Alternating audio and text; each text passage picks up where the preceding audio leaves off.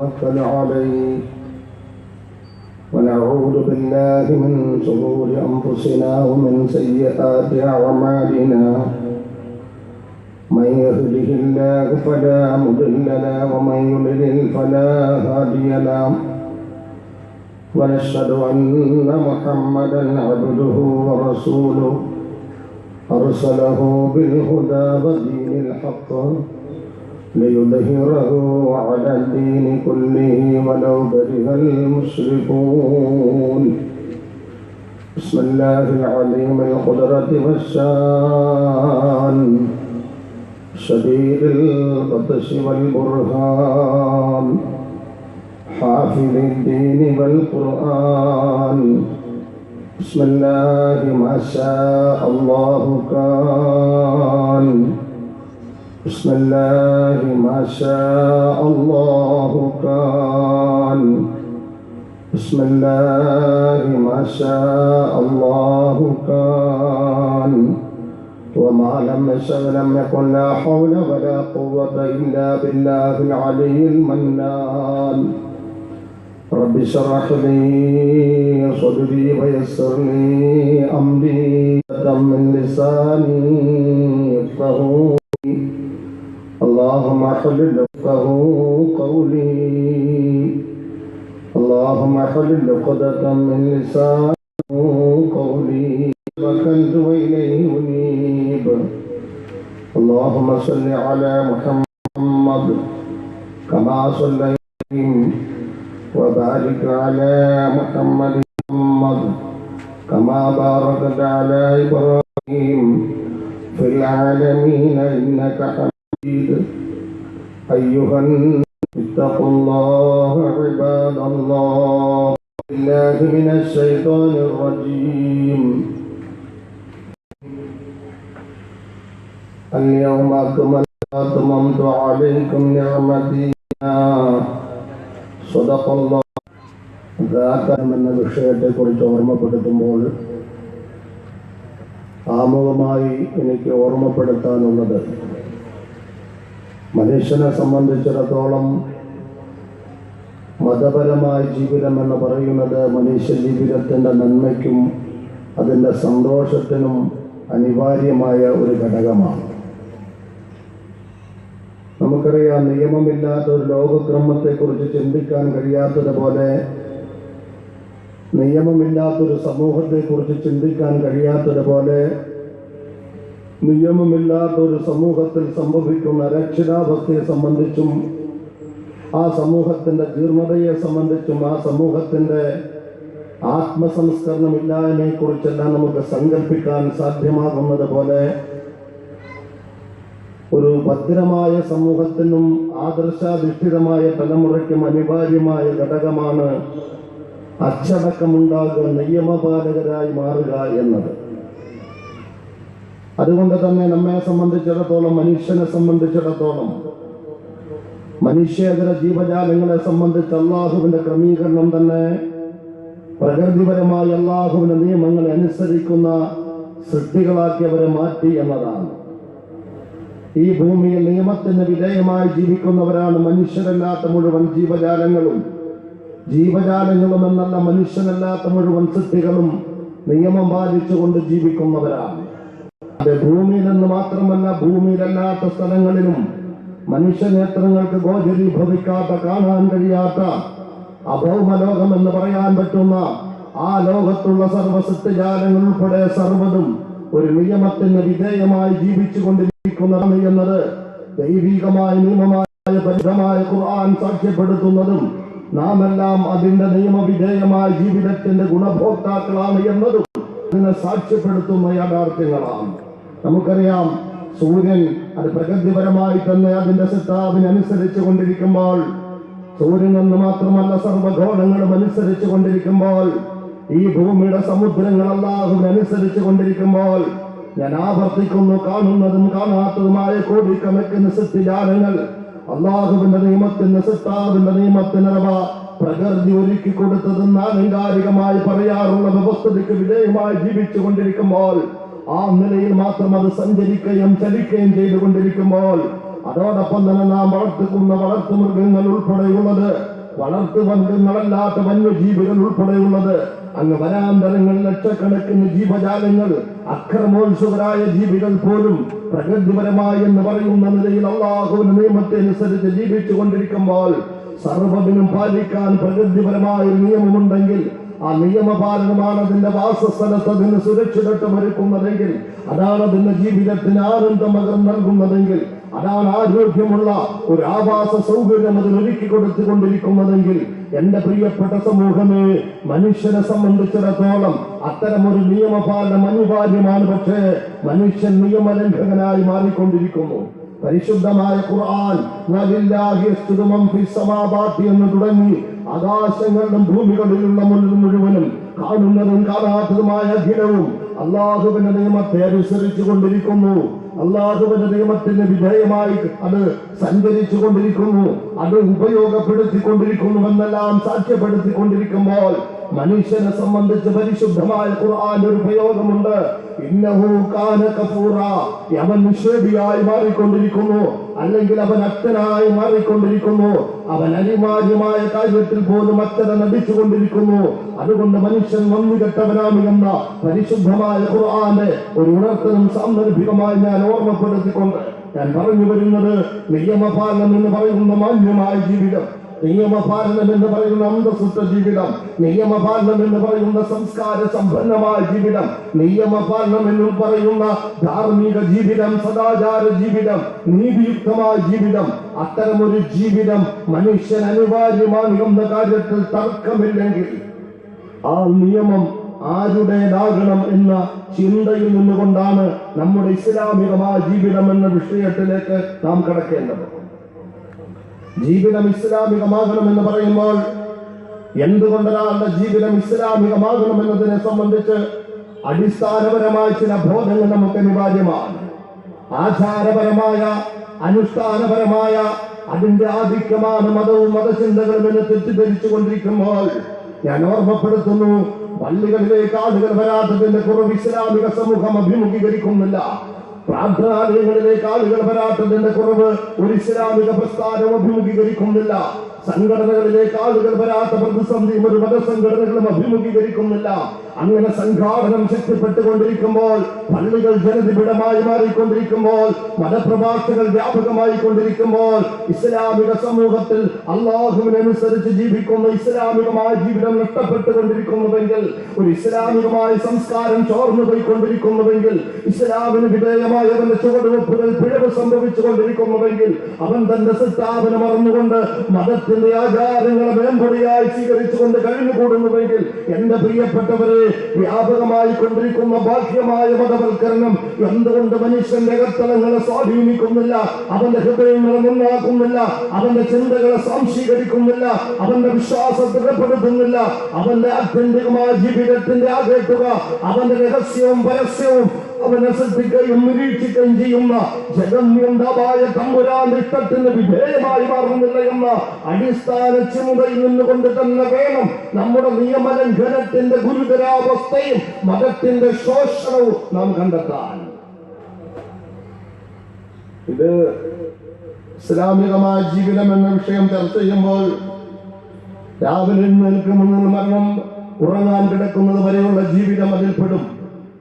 അത് നമ്മുടെ ചർച്ചയുടെ മറ്റൊരു ഭാഗമാണ്. ഞാൻ ഓർമ്മപ്പെടുത്തുന്നത് ആചാരത്തിന്റെ സജീവതയല്ല, ആത്മീയതയുടെ പൂർണ്ണതയും എന്റെ പ്രിയപ്പെട്ടവർ മനസ്സിലാക്കണം.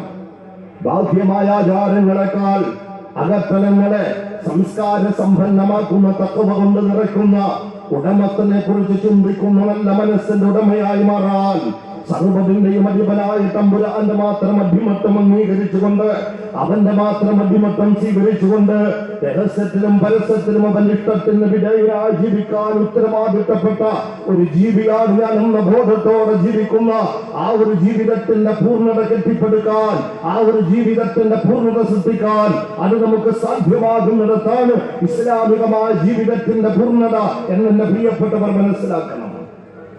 ഞാൻ പറഞ്ഞത്, മതപരമായ ഇസ്ലാമികമായ ജീവിതം എന്ന് പറയുമ്പോൾ അതല്ലാത്ത ഒരു മതമനുസരിച്ച് ജീവിച്ചാൽ പോരെ, അല്ലെങ്കിൽ നല്ല മനുഷ്യനായി ജീവിച്ചാൽ പോരെ. എന്നെല്ലാം ചോദിക്കുന്ന ഒരുപാട് ചോദ്യങ്ങളെ അഭിമുഖീകരിച്ചു കൊണ്ടിരിക്കുന്ന വർത്തമാന കാലഘട്ടം എന്നതുകൊണ്ട് തന്നെയാണ് എന്തുകൊണ്ട് ഒരു മനുഷ്യൻ, ബോധമുള്ള മനുഷ്യൻ സ്വീകരിക്കുന്ന അവന്റെ ജീവിത വ്യവസ്ഥിതി, അവന്റെ സംശീകരണ വ്യവസ്ഥിതി, അവന്റെ സാംസ്കാരിക താല്പര്യം, അവന്റെ സാംസ്കാരിക തലങ്ങൾ ഇസ്ലാമാകണം എന്നതിനെ കുറിച്ചുള്ള ഒരാമുഖത്തോടുകൂടി വേണം നമുക്ക് വിഷയത്തിലേക്ക് കടക്കാൻ. അല്ലാഹു വളരെ സത്യസന്ധമായി കാര്യങ്ങൾ അറിയാനും ആലോചിക്കാനും.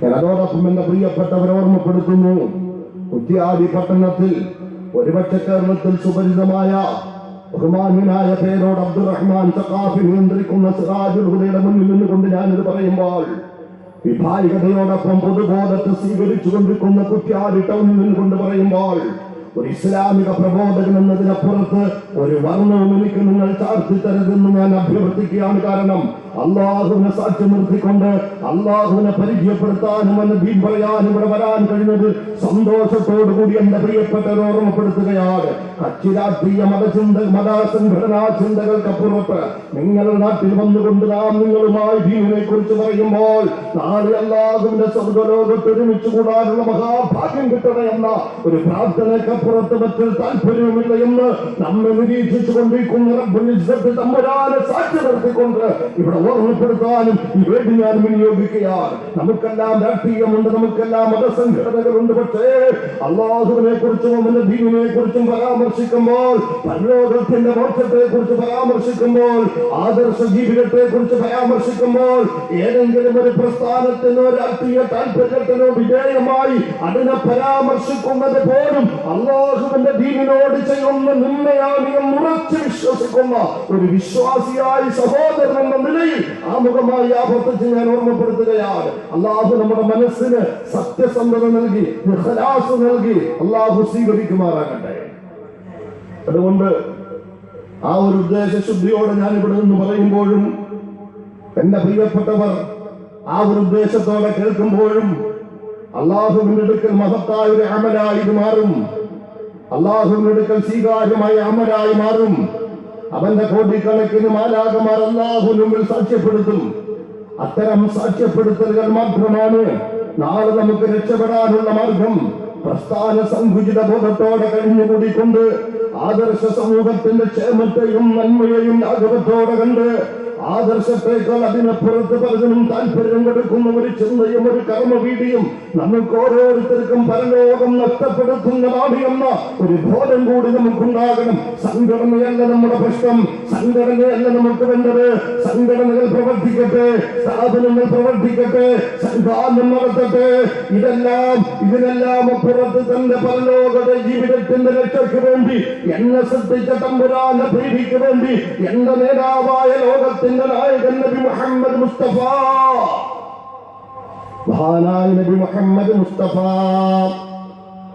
അല്ലാഹുവിന്റെ പ്രവാചകൻ നബി മുഹമ്മദ് മുസ്തഫ, മഹാനായ പ്രവാചകൻ നബി മുഹമ്മദ് മുസ്തഫ, ആ പ്രവാചക പുങ്കവന്റെ നായകത്വം സ്വീകരിച്ചവരാണ്.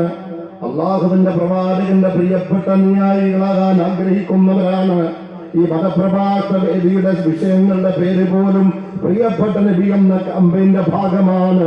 അല്ലാഹുവിന്റെ റസൂൽ ലോകത്തിന്റെ പുണ്യപ്രകാശമായ നാളെ നമുക്ക് വേണ്ടി ശഫാഅത്ത് ചെയ്യേണ്ട നബി മുഹമ്മദ് മുസ്തഫ, ഈ സമുദായത്തിന് സ്നേഹബന്ധം കൊണ്ട് സന്തോഷിക്കുന്ന, ഈ സമുദായത്തിന് അനൈക്യം കൊണ്ട് ഒരുപക്ഷെ വേദനിക്കുന്ന ആത്മാവിന്റെ ഉടമയായ മഹാനായ നബി മുഹമ്മദ് മുസ്തഫ, ആ പ്രവാചക പുങ്കവനോട് അടുക്കുവാനും, ആ പ്രവാചകനെ പ്രിയപ്പെട്ട നബിയായി കാണുവാനും, ആ പ്രവാചകൻ പഠിപ്പിച്ചു തന്ന മോക്ഷത്തിന്റെ മാർഗത്തിലൂടെ, സച്ചരിതർ പഠിപ്പിച്ചു തന്ന മാർഗത്തിലൂടെ സഞ്ചരിച്ച് കലർപ്പില്ലാത്ത വിശ്വാസവുമായി, കലർപ്പില്ലാത്ത മതജീവിതവുമായി നാളെ അല്ലാഹുവിനെ കണ്ടുമുട്ടാനുള്ള ആഗ്രഹത്തോടെ, ആ ഒരു ചിന്തയോടെ, ഒരു താല്പര്യത്തോടെ ഒരുമിച്ച് കൂടുന്നവരാകണം ഞാനും നിങ്ങളും.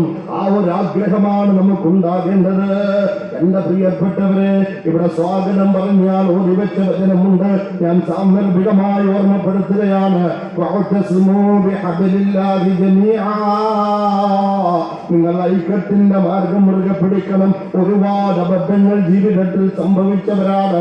ഞാൻ ആവർത്തിക്കട്ടെ, രാഷ്ട്രീയമായി ഭിന്നമായ വീക്ഷണങ്ങളുള്ളവരാണ്, ശാഖാപരമായി ഭിന്നമായ വീക്ഷണങ്ങളുള്ളവരാണ്, സ്ഥാപനപരമായ താല്പര്യങ്ങളുള്ളവരാണ്, പ്രാദേശികമായ താല്പര്യങ്ങളുള്ളവരാണ്.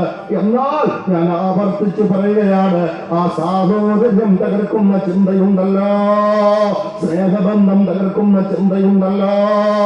അല്ലാഹുവിന്റെ ഖുർആൻ പറയുകയാണ്, ഐക്യത്തിന്റെ മാർഗം, അല്ലാഹുവിന്റെ മാർഗം, അതിനെ നിങ്ങൾ മുറുകെ പിടിക്കണം കേട്ടോ. അല്ലാഹുവിന്റെ പാർശ്വം നിങ്ങൾ മുറുകെ പിടിക്കണം. അതിനു മുമ്പ് അല്ലാഹു പറഞ്ഞൊരു വചനമുണ്ട്, യാ അയ്യുഹല്ലദീന ആമനൂ, അല്ലയോ സത്യവിശ്വാസികളെ, ഇത്തഖുല്ലാഹ ഹഖ്ഖ തുഖാത്തി, അല്ലാഹുവിനെ വേണ്ടതുപോലെ സൂക്ഷിക്കണം, തഖ്വയോടെ പരമാവധി ജീവിക്കണം കേട്ടോ. എന്റെ വിഷയവുമായി ബന്ധപ്പെട്ടതല്ലെങ്കിലും ഞാൻ സാന്ദർഭികമായി ഓർമ്മപ്പെടുത്തുകയാണ്. ഒരുപാട് പ്രസ്ഥാനം കൊണ്ട് ധന്യമായ, ഒരുപാട് ചിന്തകൾ കൊണ്ട് ധന്യമായ, ഒരുപാട് സ്ഥാപനം കൊണ്ട് അനുഗ്രഹീതമായ കുറ്റ്യാടിയുടെ മണ്ണിൽ നിന്നുകൊണ്ട് എന്റെ പ്രിയപ്പെട്ടവരെ ഞാൻ ഓർമ്മപ്പെടുത്തുകയാണ്. ഈ വചനം അവതരിച്ച പശ്ചാത്തലം എന്താണെന്നറിയോ? മഹാനായ പ്രവാചകൻ നബി മുഹമ്മദ് മുസ്തഫ, അള്ളാഹുവിന്റെ പ്രവാചകനും പ്രവാചകനാൽ ചിത്രം ശ്രദ്ധിച്ച സഹാബത്തും, അവരുടെ ഐക്യം നമുക്ക് ബോധ്യമുണ്ട്, സ്നേഹബന്ധം നമുക്ക് ബോധ്യമുണ്ട്, സൗഹൃദം നമുക്ക് ബോധ്യമുണ്ട്, സഹകരണത്തിന്റെയും കടപ്പാട് നിർവഹണത്തിന്റെയും ആഴത്തിലുള്ള ബന്ധം നമുക്ക് ബോധ്യമുണ്ട്. അങ്ങനെ ജീവിച്ചു കൊണ്ടിരുന്ന സഹാബത്ത് അവരിങ്ങനെ മദീനയിലിരിക്കുമ്പോൾ അവരുടെ സദസ്സിലേക്ക് ഷാസിബിന് ഖൈസ് എന്ന് പറയുന്ന ജൂത പുരോഹിതൻ കടന്നു വരികയാണ്. ആരാണ് ഒരുമിച്ചിരിക്കുന്നതെന്നറിയോ? തന്റെ വേലിയുടെ മുകളിലൂടെ കഴുത്തിട്ടുകൊണ്ട് ഔസ് കുടുംബക്കാരന് ഒട്ടകം ഒരു ഈന്തപ്പന മരത്തിന്റെ കൂമ്പ് കടിച്ചു എന്ന കാരണം പറഞ്ഞ് ഔസും ഖസ്റജും തമ്മിൽ 4 പതിറ്റാണ്ട് കാലം അഭിഷക്തമായ പോരാട്ടം നിലനിൽക്കുകയാണ്. മദീന കലാപകലുഷിതമാണ്. അല്ലാഹുവിന്റെ റസൂൽ കടന്നു ചെല്ലുമ്പോൾ കലാപകലുഷിതമായ മദീനയാണ് കാണുന്നത്. എന്താ കാരണം? ആയിരക്കണക്കിന് അംഗസംഖ്യയുള്ള ഔസും ഖസ്റജും തമ്മിൽ അഭിഷക്തമായ പോരാട്ടമാണ്. 10 വയസ്സ് പ്രായമുള്ള ഔസ് കുടുംബത്തിന്റെ ബാല്യത്തോട്, മോനെ നിന്റെ കയ്യിലിരിക്കുന്ന വാൾ എന്തിനെന്ന് ചോദിച്ചാൽ അത് ഖസ്റജ് കുടുംബക്കാരെ വകവരുത്താൻ എന്ന് പറയുന്ന ആ തലത്തിലേക്ക് ശത്രുത ബാല മനസ്സുകളിലേക്ക് ആഴത്തിലിറങ്ങിയിരിക്കുകയാണ്. അവിടേക്ക് കടന്നു ചെന്നുകൊണ്ട് ലോകത്തിന്റെ നേതാവ് നബി മുഹമ്മദ് മുസ്തഫ ആ പ്രവാചക പുങ്കവനവരോട് അള്ളാഹുവിനെ കുറിച്ച് പറയുകയാണ്, അള്ളാഹുവിന്റെ അടിമത്വത്തെ കുറിച്ച് പറയുകയാണ്, ആദർശബന്ധത്തിന്റെ മഹത്വത്തെ കുറിച്ച് ബോധ്യപ്പെടുത്തുകയാണ്. അങ്ങനെ ആദർശബോധം കൊണ്ട് ഐക്യപ്പെട്ട സമൂഹമാണ്, അള്ളാഹുവിന്റെ അടിമത്വം കൊണ്ട് ഏകീകരിക്കപ്പെട്ട സമൂഹമാണ്. എത്രത്തോളം സ്നേഹബന്ധത്തിലായി എന്നറിയോ? ഇത് കഥയല്ലല്ലോ. 4 പതിറ്റാണ്ട് സംഘർഷത്തിൽ ഏർപ്പെട്ടവരാണ്. ഒരുപാട് കുടുംബക്കാര് പരസ്പരം കൊല്ലപ്പെട്ടവരാണ്. അത് കണ്ട് വളർന്ന ഇവിടെയാണ് ആ യുവത്വത്തെ ഏകീകരിച്ച, ആ തലമുറ ഏകീകരിച്ച, ആദർശത്തിന്റെ അടിത്തറയിൽ ഏകീകരണത്തിന്റെ സന്ദേശം പകർന്നു കൊടുത്ത ലോകത്തിന്റെ നേതാവ് നബി മുഹമ്മദ് മുസ്തഫ ആ പ്രവാചക പുങ്കവൻ ഏതെങ്കിലും ഒരു പ്രദേശത്തേക്ക് ഒരു സംഘട്ടം നിയോഗിക്കുമ്പോൾ ഔസ് പറയുകയാണ്, യാ റസൂലല്ലാഹ്, ഞങ്ങളുടെ നായകനായി, ഞങ്ങളുടെ അമീറായി ഖസ്റജ് കുടുംബക്കാരൻ കടന്നു വരട്ടെ. അങ്ങനെ ഖസ്റജ് കുടുംബക്കാരന്റെ ഇമാരത്തിൽ അവരൊരുമിച്ച് ഓരോതര സഹോദരങ്ങളെ പോലെ ഒരു സുപ്രയിൽ നിന്നും ആകരിക്കുന്ന സ്നേഹബന്ധത്തോടെ അവർ അങ്ങനെ ആ മാർഗത്തിൽ ജീവിച്ചു കൊണ്ടിരിക്കുമ്പോൾ 4 പതിറ്റാണ്ട് തമ്മിലടിച്ച ഔസിന്റെയും ഖസ്റജിന്റെയും ബന്ധം കണ്ട് ഇസ്ലാമിക സമൂഹത്തിന്റെ ഐക്യത്തിനെതിരെ, ഇസ്ലാമിക സമൂഹത്തിന്റെ ഏകീകരണത്തിനെതിരെ ലോകത്തിന്റെ ചരിത്രത്തിൽ നിന്നും നിലപാട് സ്വീകരിച്ച ജൂത പുരോഹിതനായ ഷാസിബിന് ഖൈസ് കടന്നു വന്നുകൊണ്ട് അവരോട് ചോദിക്കുകയാണ്, എന്തബദ്ധമാണ് നിങ്ങൾ ചെയ്യുന്നത്? എന്തബദ്ധമാണ് നിങ്ങൾ ചെയ്യുന്നത്? ആരോടാ ചോദിക്കുന്നത്? ഒരുമിച്ചിരിക്കുന്നവരോട്, ഒരു സുപ്രയിൽ നിന്നും ആഹരിക്കുന്നവരോട്, പരസ്പരം നേതൃത്വം അംഗീകരിക്കുന്നവരോട്, ശാഖാപരമായ പ്രശ്നങ്ങളെക്കാൾ മൗലികമായ പ്രശ്നങ്ങൾക്ക്, മൗലികമായ കാര്യങ്ങൾക്കും കാരണങ്ങൾക്കും ന്യായം പറയുന്നവരോട് ഒരു കുടുംബക്കാരന്റെ ഒരു വേദന പോലും തനിക്ക് സഹിക്കാൻ കഴിയുന്നില്ല എന്ന വിശ്വാസത്തിന്റെയും ആദർശത്തിന്റെയും മഹത്വം തുളുങ്ങുന്ന ഹദർജുകാരനോട് ആ സൗഹൃദത്തിനിടയിലേക്ക് കടന്നു വരികയാണ്. കുറ്റിയാടിയുടെ പ്രിയപ്പെട്ടവരെ ഞാൻ ഓർമ്മപ്പെടുത്തുന്നു, ഷാസിബിന് ഖൈസറിന്റെ പുരോഹിതൻ അദ്ദേഹം കടന്നു വന്നുകൊണ്ട് അവരോട് ചോദിക്കുന്നു, നിങ്ങൾക്ക് ലജ്ജയില്ലേ? നിങ്ങൾ ആരായിരുന്നുവെന്നറിയോ? 4 പതിറ്റാണ്ട് തമ്മിലടിച്ച് ഒരുപാട് കൊലപാതകം നടത്തിയവരാം. ഔസ് കുടുംബക്കാരനോട് ചോദിക്കുന്നു, ഈ ഖസറജ് കുടുംബക്കാരൻ നിന്റെ എത്ര പൂർവീകരെ വധിച്ചവരാണെന്നറിയോ? എന്റെ പിതാവിനെ വകവരുത്തിയവരാണ്, പിതാമകനെ വകവരുത്തിയവരാണ്. തിരുത്തും ഖസറജിനോടും അതേ ചോദ്യം തന്നെ ചോദിക്കുന്നു. അങ്ങനെ ആദർശ ബന്ധത്തിന്റെ ശക്തി കൊണ്ട് സൗഹൃദത്തിന്റെ പൂർണ്ണത സൃഷ്ടിച്ചവർ ഷാസിബിന് ഖൈസ് എന്ന ജൂത പുരോഹിതന്റെ ഇടപെടലുണ്ടായപ്പോൾ അവർ പരസ്പരം പൂർവികളിലേക്ക് വഴിമാറുകയാണ്. പിശാചവർക്കിടയിൽ സ്വാധീനപ്പെടുത്തുകയാണ്. അല്ലെങ്കിൽ ഒരു സുപ്രയിൽ നിന്നും ആഹരിച്ചു കൊണ്ടിരുന്നവരാണ്. എന്റെ പ്രിയപ്പെട്ടവർ കാര്യം മനസ്സിലാക്കണം. ആ സന്ദർഭത്തിൽ അവരുടെ പൂർവിൽ ഇങ്ങനെ വർദ്ധിച്ചപ്പോൾ ഇസ്ലാമിന്റെ സ്നേഹബന്ധത്തെക്കാൾ, പരലോകത്തിന്റെ മോക്ഷത്തെക്കാൾ, അള്ളാഹുവിന്റെ പ്രീതിയേക്കാൾ ഷാസിബിന് ഖൈസ് എന്ന പുരോഹിതന്റെ ഇടപെടൽ കൊണ്ട് അബദ്ധത്തിന്റെ നിലപാട് സ്വീകരിച്ചപ്പോൾ മഹാനായ പ്രവാചകൻ നബി മുഹമ്മദ് മുസ്തഫ ആ പ്രവാചക പുങ്കവന്റെ അടുക്കലേക്ക് മഹാനായ ജിബ്രീൽ അലൈഹിസ്സലാത്തു വസ്സലാം വരികയാണ്. എന്താ ജിബ്രീൽ വന്നോതി കേൾപ്പിച്ചതെന്നറിയോ? യാ അയ്യുഹല്ലദീന ആമനൂ, അല്ലയോ സത്യവിശ്വാസികളെ, അല്ലയോ സത്യവിശ്വാസികളെ, ഇത്തഖുല്ലാഹ ഹഖ്ഖ തുഖാതി, നിങ്ങൾ പരമാവധി അല്ലാഹുവിനെ സൂക്ഷിക്കണം കേട്ടോ. അല്ലാഹുവിന്റെ നിയമത്തിന് വിധേയമായി ജീവിക്കണം. രഹസ്യത്തിലും പരസ്യത്തിലും നിങ്ങൾ അല്ലാഹുവിനെ സൂക്ഷിക്കണം. അവൻ നിങ്ങളെ വിചാരണ ചെയ്യുന്നവനാണ്. ജീവിതത്തിന്റെ ആത്യന്തികമായ വിചാരണയുടെ ഉടമസ്ഥനാണ്. ഇത്തഖുല്ലാഹ ഹഖ്ഖ തുഖാതി എന്നിട്ട് പറയുകയാണ്, വലാ തമൂതുന്ന ഇല്ലാ വഅൻതും മുസ്ലിമൂൻ, നിങ്ങൾ മുസ്ലിങ്ങളായിട്ടല്ലാതെ ജീവിച്ചു മരിക്കാൻ പാടില്ല. നിങ്ങൾ മുസ്ലിങ്ങളായിട്ടല്ലാതെ ജീവിച്ചു മരിക്കാൻ പാടില്ല.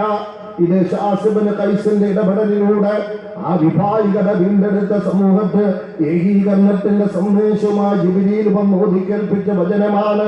പരിശുദ്ധമായ ഖുർആന്റെ വചനമാണ്. വലാ തമൂതുന്ന ഇല്ലാ വഅൻതും മുസ്ലിമൂൻ, മുസ്ലിമായിട്ടല്ലാതെ നിങ്ങൾ ജീവിച്ചു മരിക്കാൻ പാടില്ല. അള്ളാഹുവിന്റെ നിയമം ലംഘിക്കുന്നവരാകാൻ പാടില്ല. അള്ളാഹുവിന്റെ നിയമം പാലിച്ചുകൊണ്ട് ജീവിച്ചു മരിക്കണം. എന്നിട്ട് അള്ളാഹു പറയുകയാണ്, വഅ്തസിമൂ ബിഹബ്ലില്ലാഹി ജമീഅ, അള്ളാഹുവിന്റെ മാർഗത്തെ നിങ്ങൾ മുറുകെ പിടിക്കണം.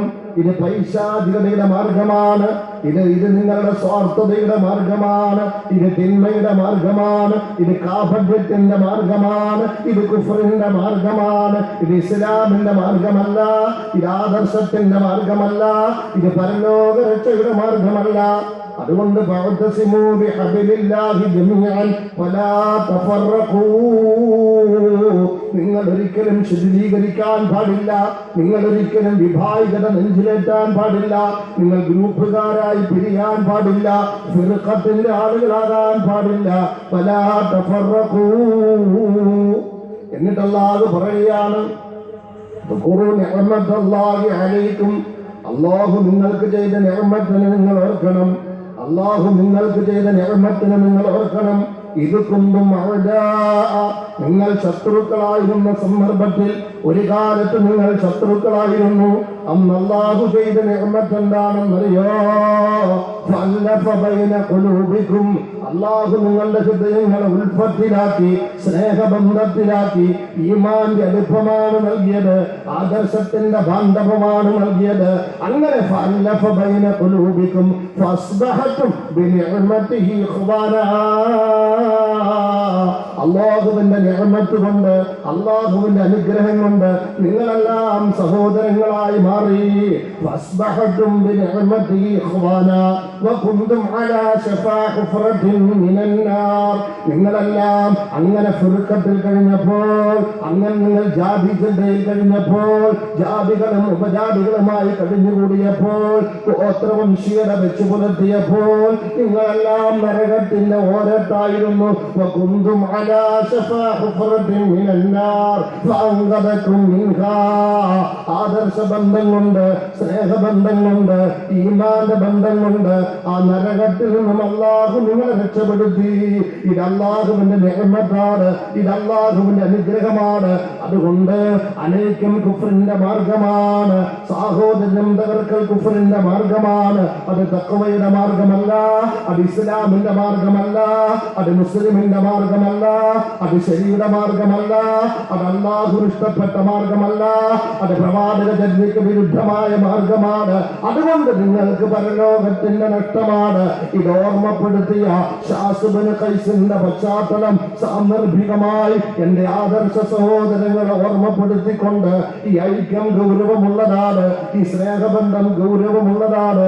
ഒരുപക്ഷെ ഗോത്രത്തിന്റെ വംശീയത വെച്ച് പുലർത്തിയിരുന്നവരാണ് നാം, ജാതീയത വെച്ച് പുലർത്തിയിരുന്നവരാണ് നാം. ഇസ്ലാമാണ് നമ്മെ ഏകീകരിച്ചത്, ഈമാനാണ് നമ്മെ ഏകീകരിച്ചത്. മറ്റുള്ളതിന്റെ അടിമത്തം ഉപേക്ഷിച്ച് അല്ലാഹുവിന്റെ അടിമത്വത്തിലേക്കുള്ള മടക്കമാണ്, സത്യത്തിലേക്കുള്ള മടക്കമാണ്, കലിമത്തു തൗഹീദിലേക്കുള്ള മടക്കമാണ്, അല്ലാഹുവിന്റെ റുബൂബിയ്യത്തിന്റെ അടിമത്തമാണ് നമ്മെ സഹോദരങ്ങളാക്കിയതെങ്കിൽ എന്റെ പ്രിയപ്പെട്ടവരെ ഞാൻ ഓർമ്മപ്പെടുത്തുകയാണ്, ഈ അല്ലാഹുവിന്റെ വചനമുണ്ടല്ലോ, ഇത്തഖുല്ലാഹ്, അല്ലാഹുവിനെ സൂക്ഷിക്കുക. ഫലാ തമൂതുന്ന ഇല്ലാ വഅന്തും മുസ്ലിമൂൻ. മുസ്ലിമായിട്ടല്ലാതെ മരിക്കാൻ പാടില്ല. സ്നേഹബന്ധം തകർത്തുകൊണ്ടുള്ള മരണമുണ്ടല്ലോ, ആദർശ ബന്ധം നിഷേധിച്ചുകൊണ്ടുള്ള മരണമുണ്ടല്ലോ, ഈമാൻ ബന്ധം മുറിച്ചുകൊണ്ടുള്ള മരണമുണ്ടല്ലോ, ഉമ്മത്തിൽ ഗ്രൂപ്പ് ഉണ്ടാക്കുന്ന ആ ജീവിതത്തിന്റെ ഒടുക്കമുണ്ടല്ലോ, അത് തഖ്വയുടെ മരണമല്ല, അത് ഈമാന്റെ മരണമല്ല, അത് ഇസ്ലാമിന്റെ മരണമല്ല, അത് ഇസ്ലാമിനെ ഉപേക്ഷിക്കുന്ന ഒടുക്കമാണെന്ന് അല്ലാഹു സാക്ഷ്യപ്പെടുത്തുന്നുവെങ്കിൽ അല്ലാഹു കാത്തിരക്ഷിക്കട്ടെ. ഞാന് ധാമുകമായി ഓർമ്മപ്പെടുത്തിയതാണ്. ഇവിടെയും അല്ലാഹു പറയുന്നത് ഫലാ തമൂതുന്ന ഇല്ലാ വഅന്തും മുസ്ലിമൂൻ. ഞാൻ എൻ്റെ വിഷയത്തിലേക്ക് കടക്കുന്നതിന് മുമ്പ് ഒന്നുകൂടി ഓർമ്മപ്പെടുത്തുകയാണ്. എൻ്റെ പ്രിയപ്പെട്ട സഹോദരങ്ങളെ, നമുക്കൊരുപാട് രാഷ്ട്രീയമുണ്ട്, ഒരുപാട് മതസംഘടനകളുണ്ട്, അതെല്ലാം നമുക്കാകാം. ഞാൻ പറയുന്നതെന്ന് കേൾക്കുന്ന മുഴുവൻ സഹോദരങ്ങളോടുമാണ്. അത് നമ്മുടെ മാനസികമായ വീഴ്ചയ്ക്ക് കാരണമായാൽ അള്ളാഹുവിന്റെ അടുക്കൽ നമുക്ക് ന്യായമില്ല, അള്ളാഹുവിന്റെ അടുക്കൽ നമുക്ക് ന്യായമില്ല. എന്താണ് വിശ്വാസിയുടെ ജീവിതത്തിന്റെ ആത്യന്തികമായ ലക്ഷ്യം? എന്താണ് വിശ്വാസിയുടെ ജീവിതത്തിന്റെ ആത്യന്തികമായ ലക്ഷ്യം? ഗൗരവമുള്ളതാണ് നമ്മുടെ മതജീവിതം എന്ന് പറയുന്നത്, ഗൗരവമുള്ളതാണ് മനുഷ്യന്റെ ജീവിതം എന്ന് പറയുന്നത്. കുറഞ്ഞ കാലം ഈ ഭൂമിയിൽ ജീവിക്കുമ്പോൾ അതിനടിസ്ഥാനപരമായ ലക്ഷ്യമുണ്ട്. ബൽ തുസിറൂനൽ ഹയാത്തദ് ദുനിയാ വൽ ആഖിറതു ഖൈറുൻ വഅബ്ഖാ. ഈ ദുന്യവിയായ ജീവിതത്തിന്റെ സൗന്ദര്യമുണ്ടല്ലോ, ആ ദുന്യവിയായ ജീവിതത്തിന് പ്രാധാന്യം കൊടുക്കുകയാണോ നിങ്ങൾ? വൽ ആഖിറതു ഖൈറുൻ വഅബ്ഖാ. പരലോകത്തിന്റെ ജീവിതമാണ് നന്മ നിറഞ്ഞ ജീവിതം, പരലോകത്തിന്റെ ജീവിതമാണ് നശ്വരമായ ജീവിതം. മരിക്കാത്തവരില്ല ഭൂമിയിലെന്ന് ബോധ്യമുണ്ട്. അതുകൊണ്ട് ഞാൻ ഓർമ്മപ്പെടുത്തുകയാണ്, നമ്മുടെ സംഘാടനം ആഖിറത്തിന് വേണ്ടിയാകട്ടെ, നമ്മുടെ സംവിധാനം പരലോകത്തിന് വേണ്ടിയാകട്ടെ. ഒരു വ്യക്തി എന്ന നിലയിൽ നമ്മുടെ ഇടപെടലുകളുണ്ടല്ലോ, നമ്മുടെ സംസാരങ്ങളുണ്ടല്ലോ, നമ്മുടെ സമീപനങ്ങളുണ്ടല്ലോ, ഇതെല്ലാം നമുക്ക് ലക്ഷ്യം വെക്കേണ്ട ഒന്നുണ്ട്. ഉടമസ്ഥന്റെ പ്രീതിയാണ്, അള്ളാഹുവിന്റെ പ്രീതിയാണ്, അള്ളാഹുവിന്റെ ഇഷ്ടമാണ്. അതിനപ്പുറത്ത് നമുക്കൊരു താല്പര്യവും ഉണ്ടാകാൻ പാടില്ല. കൂട്ടത്തിൽ എല്ലാവരും മനുഷ്യരാണ്. മനുഷ്യന്മാർ സൃഷ്ടിക്കുന്നതിൽ, മനുഷ്യന്മാർ ഒരുക്കുന്നതിൽ, മനുഷ്യന്മാർ സംഘടിപ്പിക്കുന്നതിൽ, മനുഷ്യന്മാർ പറയുന്നതിൽ അബദ്ധങ്ങളെല്ലാം സംഭവിക്കാം. അതെല്ലാം പരസ്പരം തിരിച്ചറിഞ്ഞുകൊണ്ട് അല്ലാഹുവിന്റെ ഖുർആൻ പറഞ്ഞതുപോലെ ഫസ്ബഹതും ബിനിഅമതിഹി ഖവാനാ. അല്ലാഹുവിന്റെ നിഅമത്ത് കൊണ്ടാണ്, അല്ലാഹുവിന്റെ കാരുണ്യം കൊണ്ടാണ്, അല്ലാഹുവിന്റെ അനുഗ്രഹം കൊണ്ടാണ് നിങ്ങളെല്ലാം സഹോദരങ്ങളായത്. നമുക്കറിയാം നമ്മുടെ രാജ്യത്തിന്റെ സ്ഥിതി. ജാതി പറഞ്ഞു ജീവിച്ചവരാണ്. തീയനെന്ന് പറയപ്പെട്ടവനാണ്, കൊലയനെന്ന് പറയപ്പെട്ടവനാണ്, പറയനെന്ന് വിളിക്കപ്പെട്ടവനാണ്, വഴിനടക്കാൻ അവകാശമില്ലാത്തവനാണ്, കുടിവെള്ളം കുടിക്കാൻ അവകാശമില്ലാത്തവനാണ്. നായ്ക്കൾക്കും നാൽക്കാലികൾക്കും വഴി നടക്കാൻ, വഴിപെട്ടിയ കീഴാടന് വഴി നടക്കാൻ കഴിഞ്ഞിരുന്നില്ല. അവരാണ് നമ്മുടെ പൂർവികർ എന്ന ബോധം വേണം. അങ്ങനെ അടിച്ചമർത്തപ്പെട്ട ജനവിഭാഗമുണ്ടല്ലോ, അനേകം പേരിയ ജനവിഭാഗമുണ്ടല്ലോ. ആ ഒരു ജീവിത സാഹചര്യത്തിൽ നിന്നും 200-500 വർഷങ്ങൾക്ക് മുമ്പ് അള്ളാഹുവിന്റെ ദീനനുസരിച്ച് ജീവിക്കാൻ ഭാഗ്യം കിട്ടിയപ്പോൾ, അള്ളാഹുവിന്റെ ദീനിനെ നമുക്ക് നൽകിയപ്പോൾ, അള്ളാഹുവിന്റെ ദീനിന്റെ പ്രകാശത്തെ നമുക്ക് നൽകിയപ്പോൾ, അതുകൊണ്ട് നാം എല്ലാം സഹോദരങ്ങളായി മാറി. എന്തിനാ സഹോദരം തകർക്കുന്നത്? എന്തിനാണ് പരലോകം നഷ്ടപ്പെടുത്തുന്നത്?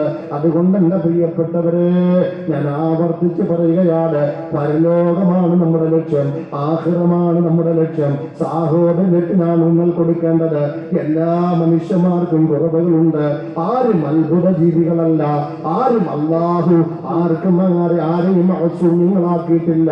അല്ലാഹുവിന്റെ പ്രവാചക നബി മുഹമ്മദ് മുസ്തഫ, ആ പ്രവാചക പുങ്കവനല്ലാതെ എല്ലാ മനുഷ്യന്മാർക്കും അബദ്ധങ്ങൾ വരാം. അതുകൊണ്ട് അത് മനുഷ്യ സഹജമാണെന്ന തിരിച്ചറിവിലൂടെ, അപ്പോഴും അവൻ എന്റെ സഹോദരനാണെന്ന ബോധത്തോടെ, അങ്ങനെ ഉദാത്തമായ മതചിന്തയുണ്ടല്ലോ, മാതൃകാപരമായ വിശ്വാസിയുടെ സംസ്കാരമുണ്ടല്ലോ, അത് കാത്തു സൂക്ഷിക്കാൻ, അത് വീണ്ടെടുക്കാൻ എല്ലാ സഹോദരങ്ങളും വിശാല മനസ്സ് കാണിക്കണം. അത് പരലോകത്തിന് വേണ്ടിയാണ്, അത് ആഖിറത്തിന് വേണ്ടിയാണ്, അതോടൊപ്പം ദുനിയാവിന്റെ നിലനിൽപ്പിനും വേണ്ടിയാ. അല്ലാഹു സഹായിക്കട്ടെ. സത്യത്തിൽ എന്റെ വിഷയം എന്നതല്ലെങ്കിലും ഇവിടെ സ്വാഗതം പറഞ്ഞ ആള് അതിങ്ങനെ ഓടി വെക്കുകയും അതിന്റെ ആമുഖത്തിൽ ചില കാര്യങ്ങൾ പറയുകയും ചെയ്തുകൊണ്ട് മാത്രം ഞാൻ ആ വിഷയമൊന്ന് സൂചിപ്പിച്ചതാണ്. അപ്പോഴും അത് ഗൗരവമുള്ളൊരു കാര്യമാണ്. മഹാനായ പ്രവാചകൻ നബി മുഹമ്മദ് മുസ്തഫ, അള്ളാഹുവിന്റെ പ്രവാചകൻ ഒരിക്കൽ നിസ്കാരം കഴിഞ്ഞിങ്ങനെ ഇരിക്കുമ്പോൾ സഹാബത്തിനോട് ചോദിച്ചു, സ്വർഗാവകാശിയെ കാണണോ? അത് കാണണോ എന്ന് ചോദിച്ചാൽ സഹാബത്തിന്റെ മറുപടി നമുക്ക് ബോധ്യമുണ്ടല്ലോ. ബലായ റസൂലല്ലാഹ്, കാണണം. നബിതങ്ങൾ പറഞ്ഞു, എന്നാൽ കുറച്ചു നേരം വെയിറ്റ് ചെയ്യാൻ പറഞ്ഞു. കുറച്ചു കഴിഞ്ഞപ്പോൾ ഒരാൾ വന്ന് നിസ്കരിച്ചിട്ട് പോയി. രണ്ടാമത്തെ ദിവസവും പ്രവാചകൻ ഇത് ചോദിച്ചു. അപ്പോഴും ഇങ്ങനെ ഒരാൾ വന്ന് നിസ്കരിച്ചിട്ട് പോയി. മൂന്നാമത്തെ ദിവസവും ഇത് ചോദിച്ചപ്പോൾ മഹാനായ അലി ഇബ്നു അബീ ത്വാലിബ് റളിയല്ലാഹു അൻഹു, അള്ളാഹുവിന്റെ പ്രവാചകൻ സ്വർഗാവകാശിയാണ് എന്ന് പറഞ്ഞ മനുഷ്യന്റെ പിന്നാലെ കൂടി അവിടെ ചെന്ന് ഒരു ദിവസം അദ്ദേഹത്തിന്റെ അതിഥിയായി താമസിച്ചു. പിറ്റേ ദിവസം അദ്ദേഹത്തോട് ചോദിച്ചു, അല്ല സഹോദര, താങ്കളുടെ ജീവിതത്തിൽ പ്രത്യേകിച്ച് എന്തെങ്കിലും അമലുകൾ ചെയ്യാറുണ്ടോ? താങ്കളെ കുറിച്ച് സത്യത്തിന്റെ നാവിന്റെ ഉടമയായ ലോകത്തിന്റെ നേതാവ് നബി മുഹമ്മദ് മുസ്തഫ, ആ പ്രവാചക പുങ്കവൻ സ്വർഗാവകാശി എന്ന് പറഞ്ഞല്ലോ, എന്താ അതിന്റെ കാരണമെന്ന് ചോദിച്ചപ്പോൾ ആ സഹോദരൻ പറഞ്ഞില്ല, എന്റെ ജീവിതത്തിൽ നിങ്ങളെക്കാൾ പ്രത്യേകിച്ചൊരു അമല് ഞാൻ ചെയ്യുന്നില്ല. പക്ഷേ എൻ്റെ ഒരു മാനസികാവസ്ഥ നിങ്ങൾ എന്നറിയണം. എന്നെ സംബന്ധിച്ചിടത്തോളം ലോകത്തിന്റെ ഏതെങ്കിലും ഒരു കോണിൽ ഒരു വിശ്വാസിക്കൊരു പ്രയാസമുണ്ടായാൽ, അവന് അപകടമുണ്ടായാൽ, അവനൊരു ആപത്തിൽ പെട്ടുപോയാൽ, അവന് ദുരന്തമുണ്ടായാൽ, അവൻ രോഗിയാണെന്ന് മനസ്സിലാക്കിയാൽ, എന്റെ സ്വന്തം പ്രശ്നം പോലെ, സ്വന്തം രോഗം പോലെ, സ്വന്തം ആപത്ത് പോലെ എന്നെ അത് പ്രയാസപ്പെടുത്തുകയാണ്. എനിക്കതിൻ്റെ പേരിൽ ഉറക്കം ലഭ്യമാകാറില്ല. ഞാൻ ഒരുപാട് ദുഃഖിക്കുന്നു. വീണ്ടും അദ്ദേഹം പറഞ്ഞു, അതുപോലെ ഒരു ആദർശ സഹോദരന് സന്തോഷമുണ്ടായാൽ, നേട്ടമുണ്ടായാൽ, ലാഭമുണ്ടായാൽ, മികവുണ്ടായാൽ, ഉന്നതി ഉണ്ടായാൽ, അതെനിക്ക് ഏത് പ്രസ്ഥാനക്കാരൻ്റെ ആണെന്ന് നോക്കും. കല്യാണം വിളിക്കാൻ ഏത് പ്രസ്ഥാനക്കാരനാണെന്ന് നോക്കും. അവിടെയൊന്നും പ്രസ്ഥാനത്തിനപ്പുറത്ത് ആദർശ ബന്ധം നമുക്ക് പ്രശ്നമല്ല. തന്റെ പ്രസ്ഥാനം നമസ്കരിക്കുന്നവനും ജമാഅത്ത് ഉപേക്ഷിക്കാത്തവനാണെങ്കിൽ പോലും അവന്റെ പ്രസ്ഥാനം നോക്കി നാം അവഗണിക്കുന്നുവെങ്കിൽ ഇത്തരം ഒരു പ്രസ്ഥാനമാണ് നമുക്കിടയിൽ ആഖിറത്തിന് വിഘാതം നിൽക്കുന്നതെങ്കിൽ ഞാൻ പറഞ്ഞു വരുന്നത് ആഖിറമാണ് നമുക്ക് വലുതെന്ന് ഓർമ്മപ്പെടുത്താനാ. എല്ലാ പ്രസ്ഥാനങ്ങളും ഇവിടെ പ്രവർത്തിക്കട്ടെ, പക്ഷേ നമ്മുടെ സാഹോദര്യത്തെ തകർക്കാൻ പാടില്ല. അത് പരലോകം നമുക്ക് നഷ്ടപ്പെടുത്തും. ഞാനത് അവസാനിപ്പിക്കുക. അനുബന്ധമായ ഒരുപാട് ഹദീസുകൾ പോകട്ടെ. നമ്മുടെ വിഷയം എന്താണ്? മുസ്ലിമായി ഇസ്ലാമികമായി ജീവിതം, ഇസ്ലാമിക ജീവിതം എന്നതാണ് വിഷയം. ഞാനതാണ് പറഞ്ഞത്, ഒരു നിയമം പാലിച്ചുകൊണ്ട് വേണം നാം ജീവിക്കാൻ. അതിലാർക്കും തർക്കമില്ല. ആചാരങ്ങൾ അനുഷ്ഠിച്ചുകൊണ്ട് ജീവിക്കണം എന്നതല്ല മതത്തിന്റെ താല്പര്യം. നമുക്ക് എവിടെ നിന്നും അത്തരം ഒരു കാഴ്ചപ്പാട് കടന്നുകൂടി. ആചാരബന്ധിതമാണ് ഇസ്ലാമിക സമൂഹം. ഞാൻ പറയുന്നത് ആചാരത്തിന്റെ സജീവത മാത്രം പോരാ, അല്ലെങ്കിൽ അനുഷ്ഠാനങ്ങളുടെ സജീവത മാത്രം പോരാ. അനുഷ്ഠാനങ്ങളുടെ ലക്ഷ്യമായി പരിശുദ്ധമായ ഖുർആൻ പഠിപ്പിക്കുന്ന, പ്രവാചകൻ പഠിപ്പിച്ച വിശ്വാസാധിഷ്ഠിതമായ നിയമബോധനത്തിന്റെ പ്രയോഗവൽക്കരണ താല്പര്യമുള്ള, നിയമത്തിന്റെ പ്രയോഗവൽക്കരണം ഇച്ഛിക്കുക, നിയമവിധേയനായി ജീവിക്കണമെന്ന് ആഗ്രഹിക്കുക, നിയമവിധേയനായി ജീവിക്കാൻ പരിശ്രമിച്ചിരിക്കുക, സാധ്യമാകുന്നിടത്ത് പരമാവധി തന്റെ ജീവിതത്തിൽ എന്നെ സൃഷ്ടിച്ച തമ്പുരാന്റെ നിയമമനുസരിച്ച് ഞാൻ ജീവിക്കേണ്ടതുണ്ട് അറിയുകയും അനുവർത്തിക്കുകയും അത് പറയുകയും ചെയ്യുന്ന സമ്പൂർണ്ണ നിയമപാലകനായി മാറുക എന്നതാണ് ഇസ്ലാമിക ജീവിതത്തിന്റെ ആകത്വ. നമ്മൾ മനസ്സിലാക്കണം. ഇവിടെ ഞാൻ പറഞ്ഞല്ലോ, നിയമം പാലിക്കുക എന്ന് പറയുമ്പോൾ ഞാൻ അതിന്റെ മറ്റു തലങ്ങളിലേക്ക് പോലും മതം എന്തിനാണ് എന്ന വലിയൊരു ചർച്ച നടത്തേണ്ടതുണ്ട് പുതിയ തലമുറയുടെ മുന്നിൽ.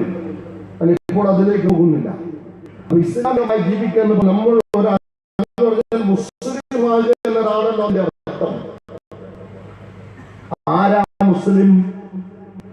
ആരാണ് മുസ്ലിം എന്ന പ്രിയപ്പെട്ട പറയേണ്ടത്?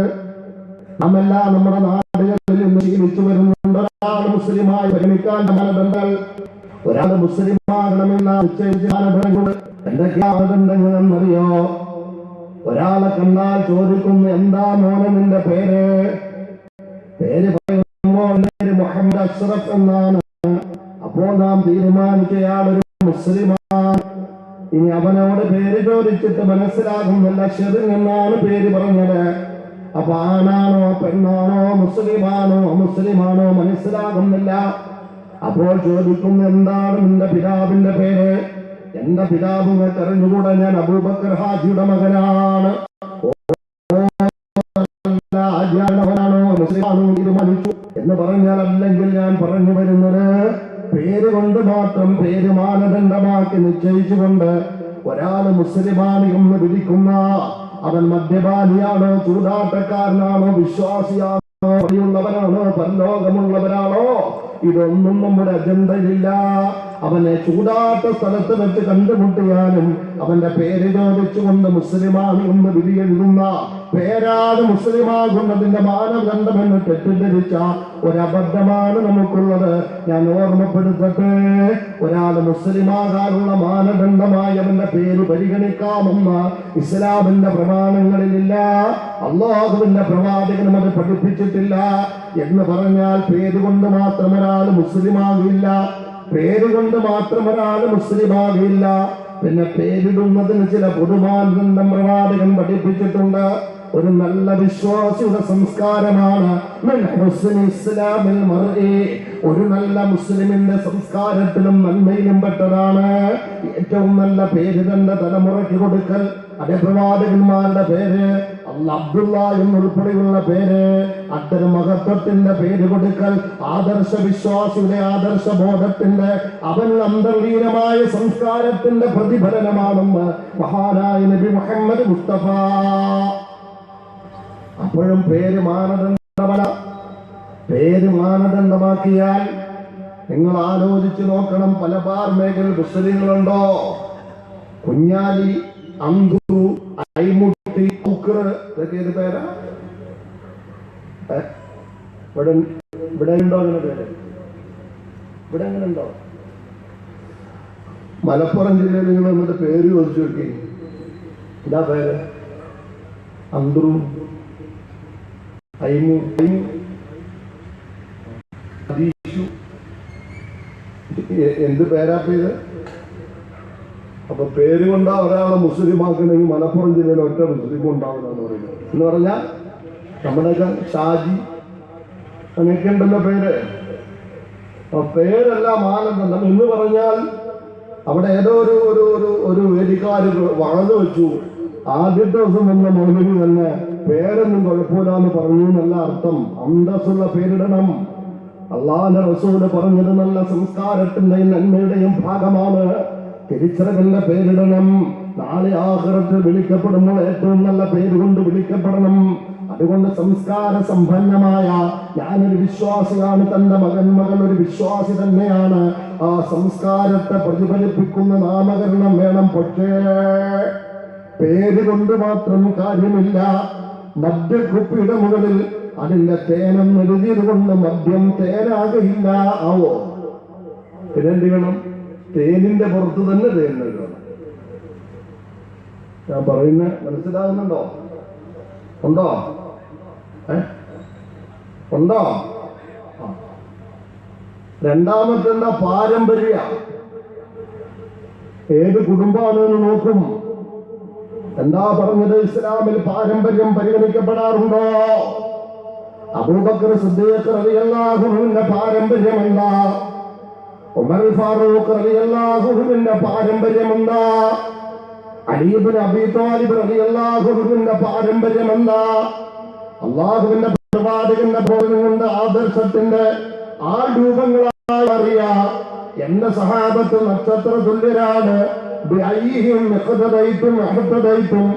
അതാരെയും നിങ്ങൾ എല്ലാവരും ചെയ്താലും അവർ സന്മാർഗത്തിലാണ് എന്ന് പ്രവാചകൻ സാക്ഷ്യപ്പെടുത്തിയ പരിശുദ്ധമായ ഖുർആൻ റളിയല്ലാഹു അൻഹും വറളൂ അൻഹു, അല്ലാഹു സംതൃപ്തനായ, അല്ലാഹു സംതൃപ്തനായ എന്ന് പരാമർശിച്ച അല്ലാഹുവിന്റെ പ്രവാചകന്റെ സഹാബത്തിന്റെ പാരമ്പര്യം എന്താ? നമുക്കെല്ലാം ഒരു തോന്നലുണ്ട്, തറവാട് പറഞ്ഞുകൊണ്ട് അഹങ്കാരമുണ്ട്. എന്റെ പ്രിയപ്പെട്ട സഹോദര, പാരമ്പര്യവാദം നിരർത്ഥകമാണ്. അത് അല്ലാഹുവിന്റെ ദീൻ പഠിപ്പിക്കാത്ത കാര്യമാണ്. പാരമ്പര്യം കൊണ്ട് മാത്രം ഒരാള് മുസ്ലിമാകില്ല. അബ്ദുൽ ഖാദർ മകനാണെന്നത് കൊണ്ട് അഷ്റഫ് മുസ്ലിമാകില്ല. അത്തരമൊരു പാരമ്പര്യം കൊണ്ട് ലോകത്താരെങ്കിലും മുസ്ലിമാകുമായിരുന്നുവെങ്കിൽ നമുക്ക് ബോധ്യമുണ്ടല്ലോ. 950 വർഷക്കാലം ഇസ്ലാമിന്റെ പ്രബോധനം നടത്തിയ റബ്ബി ഇന്നി ദഅഉതു ഖൗമി ലൈലൻ വനഹാറാ ഫലം യസിദ്ഹും ദുആഇ ഇല്ലാ ഫിറാറാ. 950 വർഷക്കാലം ഈ സത്യമതത്തിലേക്ക് ഞാൻ പ്രബോധനം ചെയ്തു നാദാ എന്ന് പറഞ്ഞ ശൈഖുൽ അംബിയ എന്ന് ചരിത്രം വിശേഷിപ്പിക്കുന്ന മഹാനായ നൂഹ് നബി അലൈഹി സ്വലാത്തു വസ്സലാമിന്റെ പൊന്നുമോൻ കൻആൻ പാരമ്പര്യം കൊണ്ടൊരാൾ മുസ്ലിമാകുമായിരുന്നുവെങ്കിൽ ആ കൻആൻ മുസ്ലിമാകണ്ടേ? അല്ലേ? വേണ്ടേ? മുഹമ്മദ് സല്ലല്ലാഹു അല്ലേ? അല്ലാഹു ബർക്കത്ത് ചെയ്യട്ടെ. രണ്ട് ഹാഫിദുകളല്ല പുറകിലിരിക്കുന്നത്. ഞാൻ പറഞ്ഞത് നൂഹ് നബിയുടെ മകൻ കൻആൻ മുസ്ലിമാണോ? ആണോ? ഇല്ല. എന്താ? അവസാനം തിന്മയുടെ ശക്തികളുടെ നശീകരണത്തിന് അല്ലാഹു ക്രമപ്പെടുത്തിയ കപ്പലിന്റെ നിർമ്മാണം പൂർണ്ണമായി. അല്ലാഹു നൂഹ് നബിയോട് പറഞ്ഞു, നിന്നെയും നിന്റെ അഹലിനെയും രക്ഷപ്പെടുത്താമെന്ന് പറഞ്ഞ് ഖുർആന. അവസാനം നൂഹ് നബി അലൈഹി സ്വലാത്തു വസ്സലാമും 80ഓളം വരുന്ന വിശ്വാസികളും ആ കപ്പലിങ്ങനെ വലിയ തിരമാലകളെ അഥവാ അതിശക്തമായ 7 ദിവസം നീണ്ടുനിന്ന ഭൂമിയിൽ നിന്നും നിർഗളിക്കുന്ന ഉറവകളും വാനലോകത്തുനിന്നും വർഷിച്ചുകൊണ്ടിരിക്കുന്ന തോരാത്ത മടിയും സൃഷ്ടിച്ച ജലപ്രളയമുണ്ടല്ലോ. ആ ജലപ്രളയത്തിലൂടെ അല്ലാഹു പറഞ്ഞു നിർമ്മിച്ച കപ്പലിലൂടെ ജൂലൈ പർവ്വതത്തിൽ തുടക്കം കുറിച്ച് യാത്ര പ്രയാണം തുടങ്ങുമ്പോൾ ഒരു മനുഷ്യൻ, ഒരു ചെറുപ്പക്കാരൻ കൈകാലിട്ടടിച്ച് ചാകാൻ പോകുന്നു. നൂഹ് നബി അലൈഹി സ്വലാത്തു വസ്സലാം ശ്രദ്ധിക്കുമ്പോൾ തന്റെ പ്രിയപ്പെട്ട മോനാ നൂഹ് നബി പറഞ്ഞു, മോനെ ഈ കപ്പലിലേക്ക് കയറിക്കോ. ആ സമയത്തും പറയുന്നു, വേണ്ട വാപ്പാ, ഞാൻ ആ കാണുന്ന പർവ്വതത്തിൽ അഭയം തേടാം, നിങ്ങളുടെ കപ്പലെനിക്ക് ആവശ്യമില്ല എന്ന് പറഞ്ഞപ്പോൾ തന്റെ മകനിതാ മുങ്ങിച്ചാകുകയാണെന്ന് ബോധ്യം വന്ന നൂഹ് നബി 2 കരങ്ങളും ഉയർത്തി അല്ലാഹുവിനോട് ചോദിച്ചു, നാദാ ഇന്നക ലാ തുഖ്ലിഫുൽ മിആദ്, നീ വാഗ്ദാന ലംഘനം നടത്താത്തവനാണല്ലോ. എന്റെ അഹ്ലഅയാനെ രക്ഷപ്പെടുത്താമെന്ന് പറഞ്ഞിട്ട് എന്റെ പ്രിയപ്പെട്ടവൻ മുങ്ങിച്ചാകുകയാണ്. ഞാൻ കൈപിടിച്ചുകൊണ്ട് നടക്കാൻ പഠിപ്പിച്ചവനാണ്, താരാട്ട് പാടി ഉറക്കിയവനാണ്, എന്റെ രക്തത്തിന്റെ ഭാഗമാണ് പ്രവാചകന്റെ മഹത്തായ പ്രവാചകനായ നൂഹ് നബി അലൈഹിസ്സലാത്തു വസ്സലാമിന്റെ പാരമ്പര്യമാണ്. ആ പാരമ്പര്യം കൊണ്ട് ആ മകൻ രക്ഷപ്പെടുന്നില്ലെങ്കിൽ ഒരു പാരമ്പര്യം കൊണ്ടും ഒരാൾ മുസ്ലിമാകുന്നില്ല, പാരമ്പര്യം കൊണ്ട് ഒരാളും രക്ഷപ്പെടാൻ പോകുന്നില്ല. അതിന് പരിശുദ്ധമായ ഖുർആനെ സാക്ഷ്യപ്പെടുത്തലാണ്. പിന്നെ പാരമ്പര്യം കൊണ്ട് എന്ത് പറ്റൂല? നമ്മൾ പരിശോധിക്കണം. ഇന്ന് കേവലം പാരമ്പര്യം ജനിച്ചു പോയി എന്നതിനപ്പുറത്ത് ഇസ്ലാമുമായി ബന്ധമുണ്ടോ എന്ന് ഞാൻ സമയമുണ്ടെങ്കിൽ അത് വിശദീകരിക്കാം. ഏകദേശം 1 മണിക്കൂർ കഴിഞ്ഞു. ഞാൻ പറഞ്ഞത് എന്ന് പറഞ്ഞാൽ ഇനി 1 മണിക്കൂറാകുമ്പോൾ നിർത്തണം. അതിനുള്ളിൽ ഞാനത് പറയാം. ഞാൻ പറഞ്ഞു വന്നത് ഇനി അടുത്തെന്താ, ഞങ്ങളുടെയൊക്കെ നാട്ടിലാണെങ്കിൽ മഹലിന്റെ 4 വഴി അങ്ങനെ എന്താ പറയാ, മഹൽ രജിസ്റ്റർ ഇവിടെയൊക്കെ ഉണ്ടാവും. മഹലിന് ഒരു രജിസ്റ്റർ ഉണ്ടാവും, മഹൽ അംഗത്വത്തിന്റെ. ഞങ്ങളുടെ എവിടെയൊക്കെ ഒരു കല്യാണം കഴിക്കണം, അതില്ലാതെ നടക്കൂല. ചേലാക്രമം ചെയ്ത കുട്ടികളുടെ കണക്ക് പോലും മഹൽ രജിസ്റ്ററിലുണ്ടാകണം. അതാ രീതി.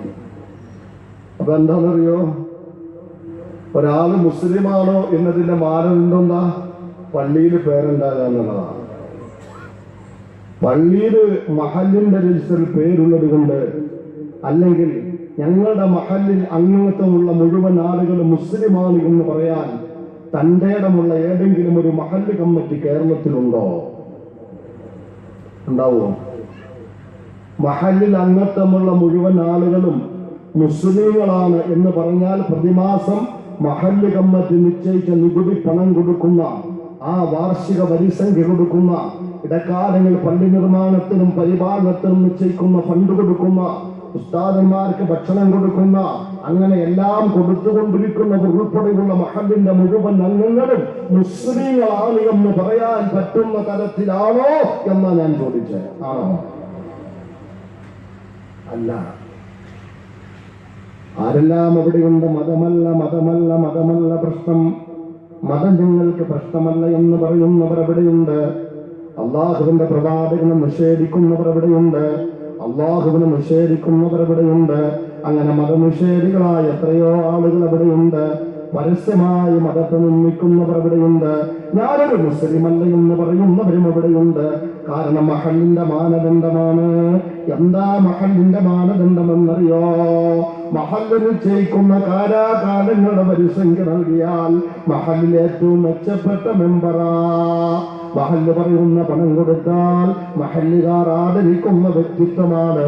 അവൻ ഇസ്ലാമുണ്ടോ എന്നത് നമ്മുടെ പ്രശ്നമല്ല. ഇവിടെയൊന്നും അങ്ങനെ ഒരു മഹല്ല് രീതി ഇല്ലേ? ഉണ്ടോ? വേറെ എന്തായിരുന്നു? പിന്നെ കല്യാണം കഴിക്കുമ്പോഴൊരു ബന്ധമാണ്. പള്ളിയുടെ മുറ്റത്ത് ഇങ്ങനെ വന്നിരിക്കും. ഞാൻ 16 വർഷമായി 650 കുടുംബങ്ങളിലൊരു മഹല്ലിന്റെ ഇമാമാണ്. നമ്മങ്ങനെ ഉസ്താദെ കല്യാണം ആരുടെ കല്യാണമാണ്? അത് എൻ്റെ കല്യാണമാണ്. ഓ അത് ശരി, നീ ഈ മഹല്ലിലെ അംഗാണല്ലേ? അപ്പൊ ഞാൻ വിചാരിച്ചു നീ വല്ല ജോർജിന്റെ മോനാണ്. മഹല്ലിലെ അംഗാണ്. ശബരിമല പോണവരുണ്ട്, അങ്ങനെ ഒരുപാട് സ്ഥലത്ത് പോണവരുണ്ട്, മതമില്ലാതെ മുദ്രാവാക്യം വിളിക്കുന്നവരുണ്ട്, സർവ്വ തോന്നിവാസങ്ങളും ചെയ്യുന്നവരുണ്ട്. കല്യാണം കഴിക്കുമ്പോ ഇങ്ങനെ ചെല്ലുന്നു, ആലോചിക്കുക നിൽക്കാ, അപ്പോഴാ അറിയണേ ഇവനൊരു മുസ്ലിം പേരുകാരനാണ്, മഹല്ലിൽ അങ്ങോട്ടുണ്ട്. കല്യാണത്തിന് എന്താ ബന്ധമുള്ളത്? ഇന്നത്തെ കല്യാണം ഇസ്ലാമുമായിട്ടുള്ള ബന്ധമൊന്നും ഇപ്പൊ അതിലേക്ക് പോകുന്നില്ല. കാരണം വലിയ ഗൗരവമുള്ളൊരു വിഷയമാണ്, അതിൽ തൊട്ടുവെക്കുന്നില്ല. അല്ലെങ്കിൽ പിന്നെ എന്താണെന്നറിയോ, മരിക്കുമ്പോ പള്ളിക്കൂടി കൊണ്ട് കബറടക്കം. എന്തോ അവിടെ മയ്യത്ത് ആരുടെയാ? അത് നമ്മുടെ ഇന്ന ആളുടെ. അവൻ മുസ്ലിമാണെന്നോ? അതെനിക്കറിയില്ലായിരുന്നു. ആ സ്ഥിതി. പള്ളിയിൽ നിസ്കരിക്കാൻ കണ്ടിട്ടില്ല, റമദാന്റെ നോമ്പ് തുറക്ക് കണ്ടിട്ടില്ല. അങ്ങനെ മത സംസ്കാരത്തിന്റെ ഒരു ഭാഗങ്ങളിലും ഒരു നിലയിലും പങ്കാളിത്തം വഹിച്ചിട്ടില്ല. പള്ളിപ്പറമ്പിൽ കൊണ്ടുവന്ന് കുഴിച്ചു മൂടുന്നുവെന്ന കാരണം കൊണ്ട് അവന് മുസ്ലിമായിരുന്നുവെന്ന് വിധിയെഴുതേണ്ടി വരുന്നു. ഞാൻ എൻ്റെ പ്രിയപ്പെട്ടവരോട് ചോദിക്കുന്നത്, ഈ പരാമർശിക്കപ്പെട്ട ന്യായങ്ങളും കാരണങ്ങളും പറഞ്ഞുകൊണ്ട് ഈ മാനദണ്ഡങ്ങൾക്ക് വിധേയമായി ഒരാൾ മുസ്ലിമാകുമെന്ന് പറയാൻ നമുക്ക് സാധ്യമാകുമോ? ഇതെല്ലാം ഒരാൾ മുസ്ലിമാകുന്നതിന് മാനദണ്ഡമാണോ? അല്ല. പിന്നെന്താ മുസ്ലിം എന്ന് പറഞ്ഞാൽ? ഒരാൾ മുസ്ലിമാകണമെങ്കിൽ നമുക്കറിയാം, മഹാനായ മുഖറബുൽ അംലാക്ക് മലക്ക് ജിബ്രീൽ അലൈഹിസ്സലാത്തു വസ്സലാം ഒന്നുകൊണ്ട് മഹാനായ പ്രവാചക പുങ്കവന്റെ അടുക്കലിൽ നിന്ന് ചില കാര്യങ്ങൾ ചോദിച്ചത് മഹാനായ ഉമർ ഫാറൂഖ് റളിയല്ലാഹു അൻഹു പറയുന്നുണ്ട്. അച്ചടക്കമുള്ള വിദ്യാർത്ഥിയെ പോലെ പ്രവാചകന്റെ മുന്നിൽ വന്നിരുന്ന് പ്രവാചകന്റെ മുട്ടിനോട് മുട്ടുകൾ ചേർത്ത് വെച്ചുകൊണ്ട് ഇമാം ബുഖാരി റഹ്മത്തുള്ളാഹി അലൈഹി ഉൾപ്പെടെയുള്ളവർ ഞാൻ പറയുന്നത്, എല്ലാ ഹദീസിന്റെ ഗ്രന്ഥങ്ങളിലും പ്രാഥമികമായി ഈമാനുമായി ബന്ധപ്പെട്ട പല കാര്യങ്ങളും ചർച്ച ചെയ്യുന്ന പ്രവാചക വചനങ്ങളാണല്ലോ, സംഭവങ്ങളാണല്ലോ. അങ്ങനെ മുട്ടുമുട്ടിനോട് ചേർത്തിരുത്തിക്കൊണ്ട് അള്ളാഹുവിന്റെ പ്രവാചകനോട് ജിബ്രീൽ വന്നത് ജിബ്രീലാണെന്ന് ആർക്കും മനസ്സിലാകുന്നില്ല. യാത്രയുടെ അടയാളങ്ങളൊന്നും കാണാത്ത തൂവെള്ള വസ്ത്രധാരിയായ ഒരു ചെറുപ്പക്കാരനാണ് അദ്ദേഹം. ഒന്നുകൊണ്ട് പ്രവാചകനോട് പലതും ചോദിക്കുന്നു. അള്ളാഹുവിന്റെ റസൂൽ അതിന് മറുപടി പറയുമ്പോൾ അത് സത്യമാണെന്ന് സാക്ഷ്യപ്പെടുത്തുകയാണ്. ഉമർ ഫാറൂഖ് റളിയല്ലാഹു അൻഹു ഉൾപ്പെടെയുള്ളവർ മനസ്സിൽ ചോദിക്കുന്നു, അള്ളാഹിന്റെ റസൂല് പറയുന്നത് സത്യമാണെന്ന് സാക്ഷ്യപ്പെടുത്തുന്ന ഇയാൾ ആരാണെന്ന് വിചാരിക്കുമ്പോൾ അയാൾ പോയി കഴിഞ്ഞപ്പോൾ പ്രവാചകൻ പറയുകയാണ്, അതാരാണെന്നറിയോ? അത് മഹാനായ മുഖറബുൽ അംലാക്ക് മലക്ക് ജിബ്രീൽ. അത് ജിബ്രീലാണ്. എന്തിനാ വന്നതെന്നറിയോ? നിങ്ങൾക്ക് നിങ്ങൾ ദീൻ പഠിപ്പിക്കാൻ വേണ്ടി വന്നതാ. ആ ജിബ്രീൽ വന്നുകൊണ്ട് പ്രവാചകനോട് ചോദിച്ച പല ചോദ്യങ്ങൾ, ഒരു ചോദ്യം എന്താണെന്നറിയോ? അഖ്ബിർനി അനിൽ ഇസ്ലാം. ഇസ്ലാം എന്താണെന്ന് പറഞ്ഞു തരണം പ്രവാചകരെ. എന്താണ് ഇസ്ലാം എന്ന് പറഞ്ഞു തരണം. അങ്ങനെ ജിബ്രീൽ ചോദിച്ച് പ്രവാചകൻ പറയുമ്പോൾ അത് കേൾക്കുന്ന വിശ്വാസികൾ പഠിക്കട്ടെ. എന്താണ് ഇസ്ലാം എന്ന് പഠിക്കട്ടെ. ആ ഇസ്ലാം ഉൾക്കൊള്ളുന്നവരാണല്ലോ മുസ്ലിമാകുന്നത്. അതുകൊണ്ട് ആരാണ് മുസ്ലിം എന്ന് മനസ്സിലാക്കട്ടെ.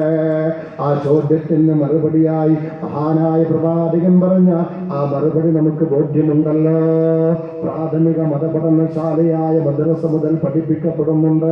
അൽ ഇസ്ലാമുൻ തശ്ഹദു അൻ ലാ ഇലാഹ ഇല്ലല്ലാഹ് വ അന്ന മുഹമ്മദർ റസൂലുള്ളാഹ് وتقيم الصلاة وتؤتي الزكاة وتصوم رمضان എന്ന് തുടങ്ങി വതഹജ്ജൽ ബൈത്ത്. 5 കാര്യങ്ങളാണെന്ന് നാം എണ്ണി പറയാറുണ്ട്. എൻ്റെ പ്രിയപ്പെട്ടവർ അറിയേണ്ടത് 5 കാര്യങ്ങളുടെയും സമന്വയമാണ് ഇസ്ലാം. 5 കാര്യങ്ങളും ഒരുമിച്ച് കൂടുന്നതാണ് ഇസ്ലാം. 5 കാര്യങ്ങളെയും ആവാഹിക്കുന്ന, 5 കാര്യങ്ങളെയും ഉൾക്കൊള്ളുന്ന, 5 കാര്യങ്ങൾക്കും വിധേയനായി ജീവിക്കുന്ന ഒരാൾക്കാണ് മുസ്ലിം എന്ന് പറയുക. അതിന്റെ പ്രാഥമികമായ കാര്യം എന്താണെന്നറിയോ? ലാ ഇലാഹ ഇല്ലല്ലാഹ്. ലാ ഇലാഹ ഇല്ലല്ലാഹ് എന്ന സത്യസാക്ഷ്യം എന്ന് പറഞ്ഞാല് നമുക്ക് നിയമവിധേയനായി ജീവിക്കണമെങ്കിൽ ഒരാളുടെ നിയമം അംഗീകരിക്കണം. അപ്പൊ അതാരുടെയാണ്? ഒന്നാമതായി നമ്മുടെ സൃഷ്ടാവ് ആര് എന്ന ആ ഒരു അറിവും ആ ഒരു ബോധവും നമുക്കുണ്ടാകണം. അത് നമുക്കുണ്ടാകണം. ഒരാളെ കുറിച്ച് ധാരണയില്ലെങ്കിൽ അദ്ദേഹത്തെ അനുസരിക്കാൻ നമുക്ക് ബുദ്ധിമുട്ടാണ്. അതുകൊണ്ട് പ്രാഥമികമായി നമുക്കൊരു ബോധമുണ്ടാകേണ്ടത്, ഒരു അറിവുണ്ടാകേണ്ടത് അള്ളാഹുവിനെ സംബന്ധിച്ചാണ്. അള്ളാഹുവിനെ സംബന്ധിച്ചാണ്. എന്റെ പ്രിയപ്പെട്ട സമുദായം തിരിച്ചറിയേണ്ടത്, നാം ഇന്ന് വളരെ ഗൗരവപൂർവ്വം ചർച്ച ചെയ്യാത്തതും അള്ളാഹുവിനെ സംബന്ധിച്ചാണ്. അള്ളാഹു ആരാണ് എന്ന ധാരണ നമുക്ക്, വിശ്വാസം നമുക്ക് കുറവാണ്. അതുകൊണ്ട് തന്നെയാണ് നമ്മുടെ നിയമലംഘനത്തിന്റെ ആധിക്യം എന്റെ പ്രിയപ്പെട്ടവരെ മനസ്സിലാക്കണം. അള്ളാഹു ആരാണ് എന്നും അള്ളാഹു എവിടെയാണ് എന്നും അള്ളാഹുവിന്റെ കഴിവുകൾ എന്തൊക്കെയാണ് എന്നും അവന്റെ അനുഗ്രഹങ്ങൾ എന്തൊക്കെയാണ് എന്നും അവൻ നമ്മോട് എത്രത്തോളം ഇഷ്ടമുണ്ട് എന്നും അവൻ നമ്മെ എത്രത്തോളം സ്നേഹിക്കുന്നുവെന്ന് നമുക്ക് ബോധ്യമില്ലാത്തിടത്തോളം നമ്മെ സ്നേഹിക്കുന്നുവെന്ന് നാം മനസ്സിലാക്കാത്ത, നമ്മോടൊപ്പമുണ്ട് എന്ന് നാം തിരിച്ചറിയാത്ത, സർവ്വതിന്റെയും അധിപനാണ് തമ്പുരാനെന്ന് ബോധ്യമില്ലാത്ത ഒരാളുടെ നിയമം അനുസരിക്കാൻ നമുക്ക് ബുദ്ധിമുട്ടുണ്ടാകും. ആചാരങ്ങൾ സജീവമാണ്, പക്ഷേ അവൻ കൽപ്പിച്ച നിയമങ്ങൾക്ക് വിധേയമായി ജീവിക്കൽ കുറവാണ്. കാരണം എന്താണെന്നറിയോ? ആചാരങ്ങളുടെ എക്സ്പീരിയൻസ് ആണ്, അതവന്റെ ശീലങ്ങളാണ്. വിശ്വാസം എന്ന് പറയുന്നത്, അള്ളാഹുവിനെ അറിയുക എന്ന് പറയുന്നത് ആലോചനാപൂർവം ഒരുക്കിയെടുക്കേണ്ട യാഥാർത്ഥ്യമാണ്. അവൻ മനഃപൂർവ്വം സൃഷ്ടിക്കേണ്ട യാഥാർത്ഥ്യമാണ്. അള്ളാഹുവിനെ കുറിച്ചുള്ള ഹക്കായ അറിവില്ലാത്തിടത്തോളം ഫഅലം അന്നഹു ലാ ഇലാഹ ഇല്ലല്ലാഹ്, അള്ളാഹുവിന്റെ ഏകത്വം അറിയാത്തിടത്തോളം, അള്ളാഹു മാത്രമാണ് ഇലാഹം അറിയാത്തിടത്തോളം ലാ ഇലാഹ ഇല്ലല്ലാഹ്, അള്ളാഹു മാത്രമാണ് എന്റെ ആരാധ്യൻ, അവൻ മാത്രമാണ് എന്റെ ഇലാഹി എന്നറിയാത്തിടത്തോളം ലാ ഖാലിഖ ഇല്ലല്ലാഹ്, അള്ളാഹു മാത്രമാണ് എന്റെ ഉടവിന്റെ നിർമ്മാതാവ്, അവനാണ് എന്നെ സൃഷ്ടിച്ചവനെന്നറിയാത്തിടത്തോളം ലാ മാലിക ഇല്ലല്ലാഹ്, അള്ളാഹുവാണ് എന്റെ ഉടമസ്ഥൻ, അവൻ മാത്രമാണ് എന്റെ ഉടമസ്ഥൻ എന്ന വിശ്വാസമില്ലാത്തിടത്തോളം വലാ മഅബൂദ ഇല്ലല്ലാഹ്, അള്ളാഹുവിന് മാത്രമാണ് ഇബാദത്ത്, അള്ളാഹു അല്ലാത്തതിന് ഇബാദത്ത് ചെയ്യാൻ പാടില്ല എന്ന ആ സത്യം അംഗീകരിച്ച് വിശ്വസിക്കാത്തിടത്തോളം ലാ ഇലാഹ ഇല്ലല്ലാഹ്, ആ ഈമാൻ ഇസ്ലാമിന്റെ അടിസ്ഥാനമായ ആ വിശ്വാസം ഉൾക്കൊള്ളാത്തിടത്തോളം ഒരാൾക്ക് അള്ളാഹുവിനെ അനുസരിക്കാൻ സാധ്യമല്ല. അള്ളാഹുവിനെ അറിയാത്തിടത്തോളം വിശ്വസിക്കാൻ സാധ്യമല്ല, വിശ്വസിക്കാത്തിടത്തോളം അനുസരിക്കാനും സാധ്യമല്ല. അതുകൊണ്ട് മുസ്ലിമായി ജീവിക്കണോ? പ്രാഥമികമായി ഉണ്ടാകേണ്ടത് എന്റെ പ്രിയപ്പെട്ട സഹോദര, അള്ളാഹുവിനെ കുറിച്ചുള്ള അറിവാണ്, അള്ളാഹുവിനെ കുറിച്ചുള്ള ബോധ്യമാണ്.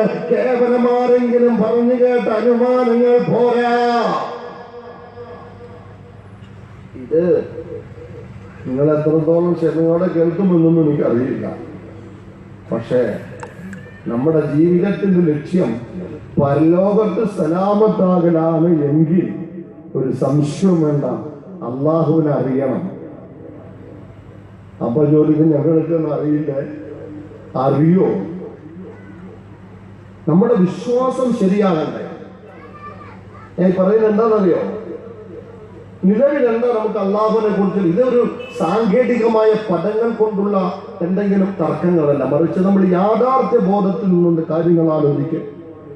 നമുക്ക് ഒരാളെ കുറിച്ച് വിശ്വാസം ഉണ്ടാകണമെങ്കിൽ അയാളുടെ കഴിവും മികവും സ്വാധീനവും സ്നേഹവും നമുക്ക് ബോധ്യം ഉണ്ടാകണം. അല്ല എങ്ങനെ നമ്മൾ ഒരാളെ വിശ്വസിക്കുക? ബാക്കി അനുമാനങ്ങളാണ്. എന്താ അനുമാനം? ഒരാൾ വന്നിട്ട് പറയാണ്, എന്താ ഇങ്ങനെ ഒരാളുണ്ട്, അയാൾ വലിയ ആന ചേനയാന്നൊക്കെ ഇങ്ങനെ പറയാം. അല്ലെങ്കിൽ എന്തെങ്കിലും ഒരു സംവിധാനത്തെ സംബന്ധിച്ച് ഒരു 20 കൊല്ലം മുമ്പാണെങ്കിൽ മൊബൈലിനെ കുറിച്ച് പറയാം. ശരിയായിരിക്കും എന്ന് നമ്മൾ എത്ര വിശ്വസിക്കുന്ന ആള് പറഞ്ഞാലും ശരിയായിരിക്കും എന്ന കൃത്യമായ തറഫൈ ഒരു സാധ്യതയെ നമ്മൾ പറയുള്ളൂ, ഉറപ്പിച്ചു പറയില്ല. ഉറപ്പുണ്ടാകണമെങ്കിൽ നമുക്കത് ബോധ്യം വരണം.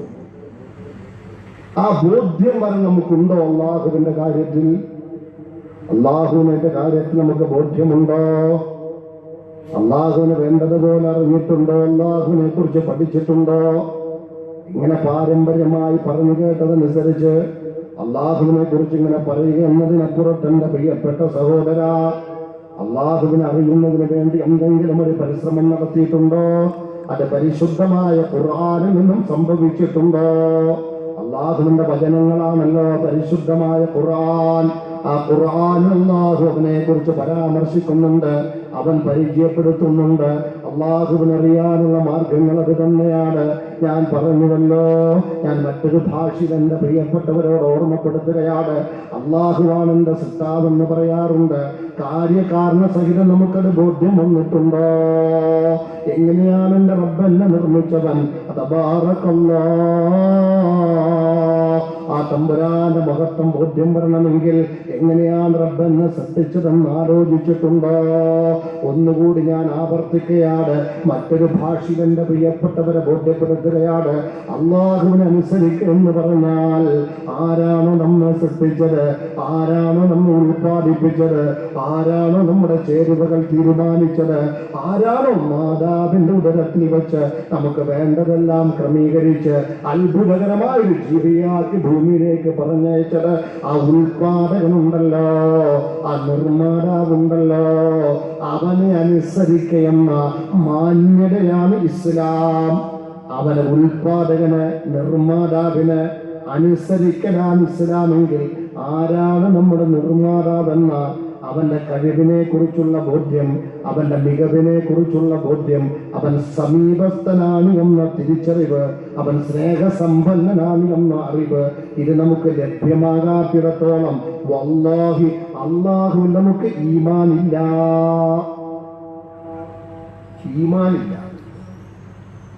ഏതാ പറഞ്ഞത്?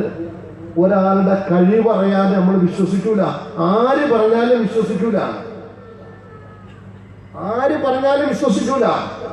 വിശ്വസിക്കണമെങ്കിൽ നമുക്ക് ആ കഴിവ് ബോധ്യം വരണം. അല്ലാതെ പറഞ്ഞാൽ എത്ര വിശ്വസിക്കാവുന്ന ആള് പറഞ്ഞാലും ശരിയായിരിക്കും എന്ന് പറയും, ശരിയാണ് എന്ന് പറയില്ല. എന്താ പറയാ, എടാവേ ആ മൗലവി എങ്ങനെ പറയണ കേട്ടു, മറ്റേ ആ സുഹൃത്ത് ഇങ്ങനെ പറയണ കേട്ടു, ഇവനക്ക് അത്ഭുത, പക്ഷെ എടാ ഞാൻ അറിഞ്ഞു എന്ന് പറയും. ബോധ്യം വരണാകണം. അള്ളാഹുവിന്റെ കാര്യത്തിൽ അത്തരമൊരു ബോധ്യം നമുക്കുണ്ടോ? وَلَقَدْ خَلَقْنَا الْإِنسَانَ مِنْ سُلَالَةٍ مِنْ طِينٍ ثُمَّ جَعَلْنَاهُ نُطْفَةً فِي قَرَارٍ مَكِينٍ ثُمَّ خَلَقْنَا النُّطْفَةَ عَلَقَةً فَخَلَقْنَا الْعَلَقَةَ مُضْغَةً فَخَلَقْنَا الْمُضْغَةَ عِظَامًا فَكَسَوْنَا الْعِظَامَ لَحْمًا ثُمَّ أَنشَأْنَاهُ خَلْقًا آخَرَ فَتَبَارَكَ اللَّهُ أَحْسَنُ الْخَالِقِينَ. അള്ളാഹു എന്നെ കുറിച്ച് പറയുകയാണ്, നാം ഓരോരുത്തരെ കുറിച്ചും പറയുകയാണ്. ഞാൻ പറയുന്നത് അള്ളാഹു എങ്ങനെയാണ് അറിയേണ്ടത്? അള്ളാഹു അറിയിച്ചു തരികയാണ് ഞാൻ ആരാണെന്നറിയോ? വലഖദ് ഖലഖ്നൽ ഇൻസാന മിൻ സുലാലത്തിൻ മിൻ തീൻ. കളിമണ്ണിന്റെ സത്തയിൽ നിന്നും ആദ്യ മനുഷ്യനെ സൃഷ്ടിച്ചവനാ. കളിമണ്ണിന്റെ സത്തയിൽ നിന്നും ഇൻസാനിയത്തിന്റെ മൂലകങ്ങളെ ക്രമീകരിച്ചവനാ. وَلَقَدْ خَلَقْنَا الْإِنسَانَ مِنْ سُلَالَةٍ مِنْ طِينٍ ثُمَّ جَعَلْنَاهُ نُطْفَةً فِي قَرَارٍ مَكِينٍ. പിന്നീട് മനുഷ്യ നിർമ്മാണത്തിന്റെ തുടർച്ച വളരെ സാന്ത്വന സ്ഥലത്ത് വെച്ച് ക്രമീകരിച്ചു. അത് ഗർഭാശയം. കറാരി മക്കീന പറഞ്ഞു. ഗർഭാശയോ എന്ത് സാധനമാണ്? സമാനമാണ്. അള്ളാഹ് പറയാ പരിണാമമുള്ള ഓർമ്മപ്പെടുത്തുകയാണ്. ഇത് ഖുർആനാണ്, ഇത് പരിശുദ്ധമായ ഖുർആനാണ്. അള്ളാഹു നമുക്ക് ഇമാമാക്കി തന്ന വചനങ്ങളുടെ ഉദ്ഘോഷങ്ങളാണ്. പിന്നീട് അണ്ഡവുമായി സംയോജിതമായി നുത്ഫ, ആ നുത്ഫ അല്ലാഹു ഉണ്ടാക്കി മാറ്റി അലക്ക. അലക്കയാക്കി മാറ്റി. നമുക്കറിയാം, അത് നമുക്ക് എന്താ പറയാ, രക്തപിണ്ഡമെന്നല്ല, ചവച്ചാൽ ബബിൾക്കം പോലെ ഇരിക്കുന്നതെന്ന് അതിന്റെ ഡിക്ഷണറി വെച്ചുകൊണ്ട് പുതിയ വ്യാഖ്യാനമുണ്ട്. ആ നിലയിൽ ഒന്നാക്കി മാറ്റി മാതാവിന്റെ ഉദരത്തിൽ വെച്ച് പിന്നെ അതിനിങ്ങനെ മാറ്റി മാംസപിണ്ഡമാക്കി, പിന്നെ എല്ലുകളെ സൃഷ്ടിച്ചു. ആ എല്ലുകളിൽ മാംസം പൊതിഞ്ഞു. എന്നിട്ടല്ലാഹു ജീവൻ നൽകി. എന്നിട്ടല്ലാഹു പറയുകയാണ്, ഏറ്റവും മാന്യമായ ആകർഷണീയമായ ഒരു ഉൽപ്പന്നമാക്കി നിന്ന് മാറ്റിയവൻ ആരാ? ഏറ്റവും ആകർഷണീയമായ ഒരു ഉൽപ്പന്നമാക്കി നിന്ന് മാറ്റിയവൻ ആരാ? അലം നജ്അൽ ലഹു ഐനൈൻ. വലിസാനം വശഫതൈൻ ഫഹദൈനാഹു നജ്ദൈൻ ലം നജഅൽ ലഹു ഐനൈൻ നിനക്ക് രണ്ട് കണ്ണ് തന്നതാരാ വലിസാനം വശഫതൈൻ നിനക്കൊരു നാവ് തന്നതാരാ രണ്ട് ചുണ്ട് തന്നതാരാ അവൻ തന്നെയാണ് ശരിയുടെയും തെറ്റിന്റെയും അഥവാ സത്യത്തിന്റെയും അസത്യത്തിന്റെയും മാർഗങ്ങളുടെ മുന്നിൽ സത്യം കണ്ടെത്താനുള്ള സർവ്വ സാഹചര്യങ്ങളും നിനക്ക് ഒരുക്കി തന്നത്.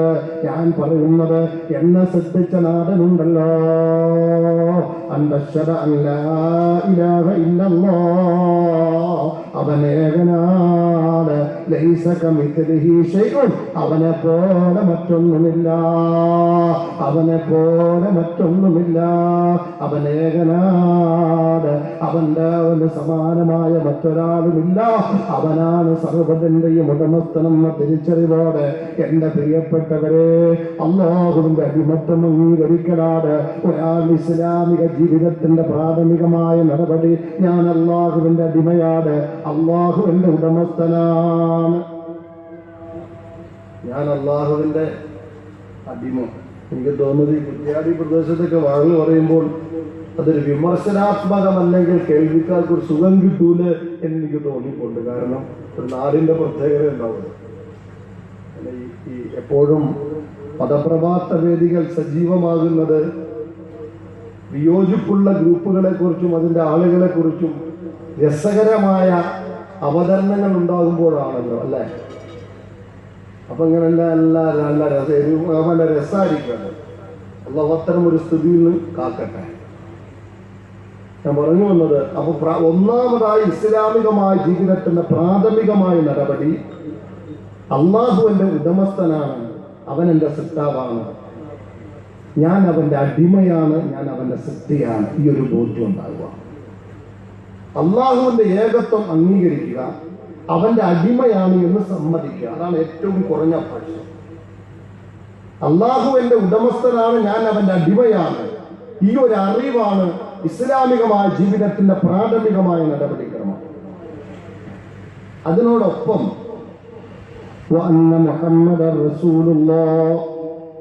മഹാനായ നബി മുഹമ്മദ് മുസ്തഫ, അള്ളാഹുവിന്റെ പ്രവാചകൻ നബി മുഹമ്മദ് മുസ്തഫ, ആ പ്രവാചക പുങ്കവൻ അള്ളാഹുവിന്റെ ദൂതനാണ്, അള്ളാഹുവിന്റെ റസൂലാണ്, അള്ളാഹുവിന്റെ ദൂതനാണ് എന്ന് പറഞ്ഞാൽ അള്ളാഹുവിന്റെ അടിമയായ ഞാൻ, അള്ളാഹുവിന്റെ അടിമയായ ഞാൻ ഉടമസ്ഥനായ അള്ളാഹുവിനെ എങ്ങനെയാണ് അനുസരിക്കേണ്ടത് എന്ന അനുസരണത്തിന്റെ മാർഗം പഠിപ്പിക്കാൻ വേണ്ടി അള്ളാഹു എന്നിലേക്ക് നിയോഗിച്ച അള്ളാഹുവിന്റെ ദൂതനാണ് നബി മുഹമ്മദ് മുസ്തഫ.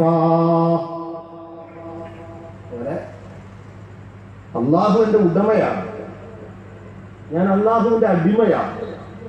അടിമയും ഉടമയും തമ്മിലുള്ള ബന്ധം അനുസരണത്തിൻ്റെതാണ്, അങ്ങനെയല്ലേ? അനുസരണത്തിൻ്റെതാണ്. അപ്പൊ അടിമയായ ഞാൻ ഉടമയായ അള്ളാഹുവിനെ എങ്ങനെയാണ് അനുസരിക്കേണ്ടത് എന്ന അനുസരണത്തിന്റെ മാർഗം പഠിപ്പിക്കാൻ വേണ്ടി വന്നയാളാണ് നബി മുഹമ്മദ് മുസ്തഫ.